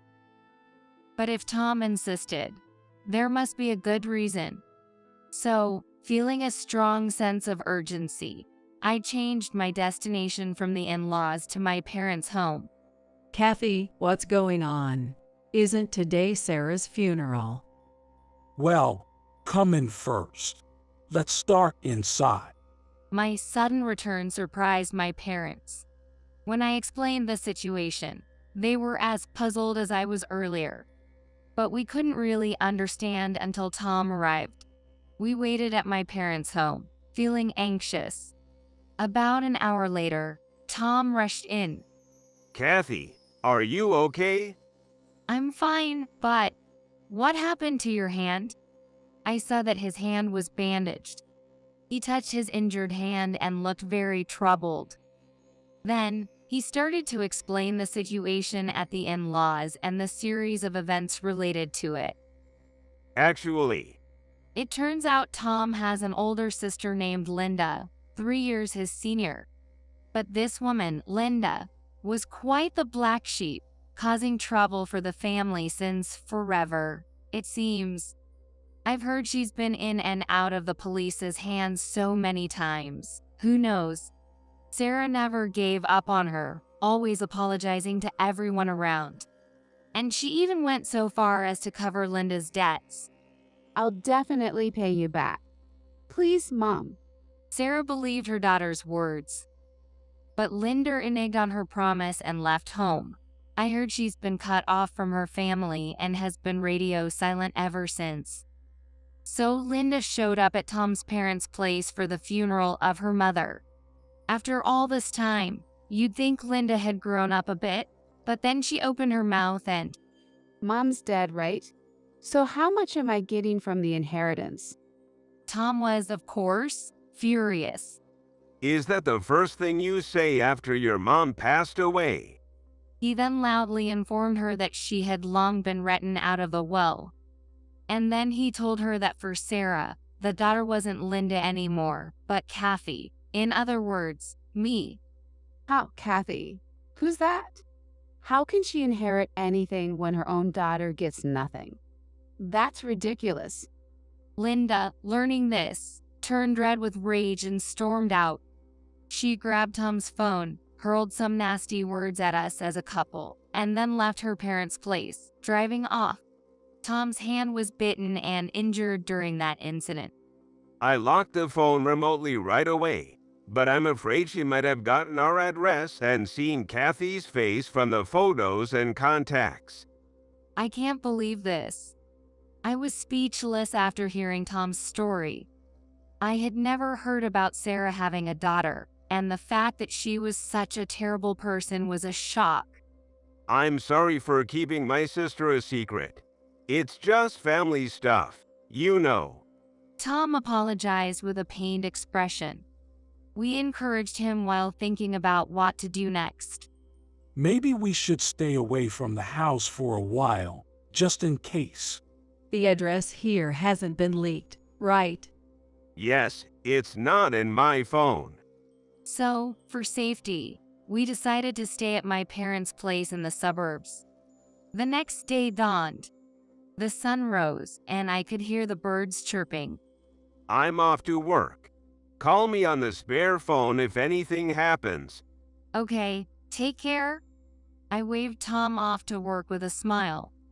But inside, I was a bundle of nerves. What if Linda shows up? What if she attacks me? These fears tormented me constantly. Whenever I closed my eyes, I saw Linda raging at the family home. However, life at my parents' place turned out to be quite peaceful. Days passed, 2, then 3, without anything unusual happening, and peaceful times continued. The anxiety and tension that had been troubling me gradually melted away, and now it had significantly lessened. I wish this whole issue with Linda would just vanish. I was starting to think more optimistically little by little. That's when things started to shift. Excuse me. Are Tom and Kathy here? That day, a local police officer came to my parents' house. What's the matter? I asked hesitantly, feeling a sense of dread. And as often happens, my bad feeling was right on target. Apparently, there had been a burglary at our own house. They had just received a call from the scene. I contacted Tom, and we rushed our own home together. When we got there, sure enough, the place was ransacked. Every drawer was opened. as if a storm had blown through. Is anything stolen? Well, prompted, we started checking around the house with a police officer. But it seemed like our valuables, like the bank books, were safe for now. Meanwhile, several $100s in cash that should have been in the drawer was missing. According to neighborhood inquiries, residents had spotted a suspicious woman several times in the past few days. That woman was seen in front of our house, yelling, "Come out and give me back my money." Tom, could that be? Probably. No, almost certainly Linda. Tom nodded, looking into my eyes. We explained the recent incident with Linda to the police, including the disruption of Sarah's funeral, the stolen smartphone, and Tom's injured hand. The police were relatively swift in their response. Probably because we had already filed a report about the smartphone. Afterward, we went to the police station for more detailed questioning and managed to return home as the evening set in. The burglar was caught soon after. Indeed, it was Linda, the sister-in-law. According to the police, she had brazenly stayed at a nearby hotel after the crime. It seems she got the boot while casually getting a room service massage. Of course, all those expenses were paid with the money stolen from our house. While she admitted to the crime, she denied the burglary aspect. The details were unclear, but it seemed that family-related crimes were not so straightforward. Anyway, we were called back to the police station. Led by an officer, we were ushered into a room. There, a woman with a bunch of body piercings sat in a chair, her face set in a sulky expression. As soon as she saw us, she burst out, "Come on, Tom. Doing this to your own family, seriously, that's just messed up." Linda was not remorseful at all. In fact, she didn't seem to think she had done anything wrong. She probably maintained this attitude throughout the police interrogation. According to her, she didn't break into the house with the intention of burglary. She came to talk about the inheritance, but since we were never home, she had no choice but to break in through a window. As for the stolen cash, she claimed it was just to cover her nearby accommodation expenses.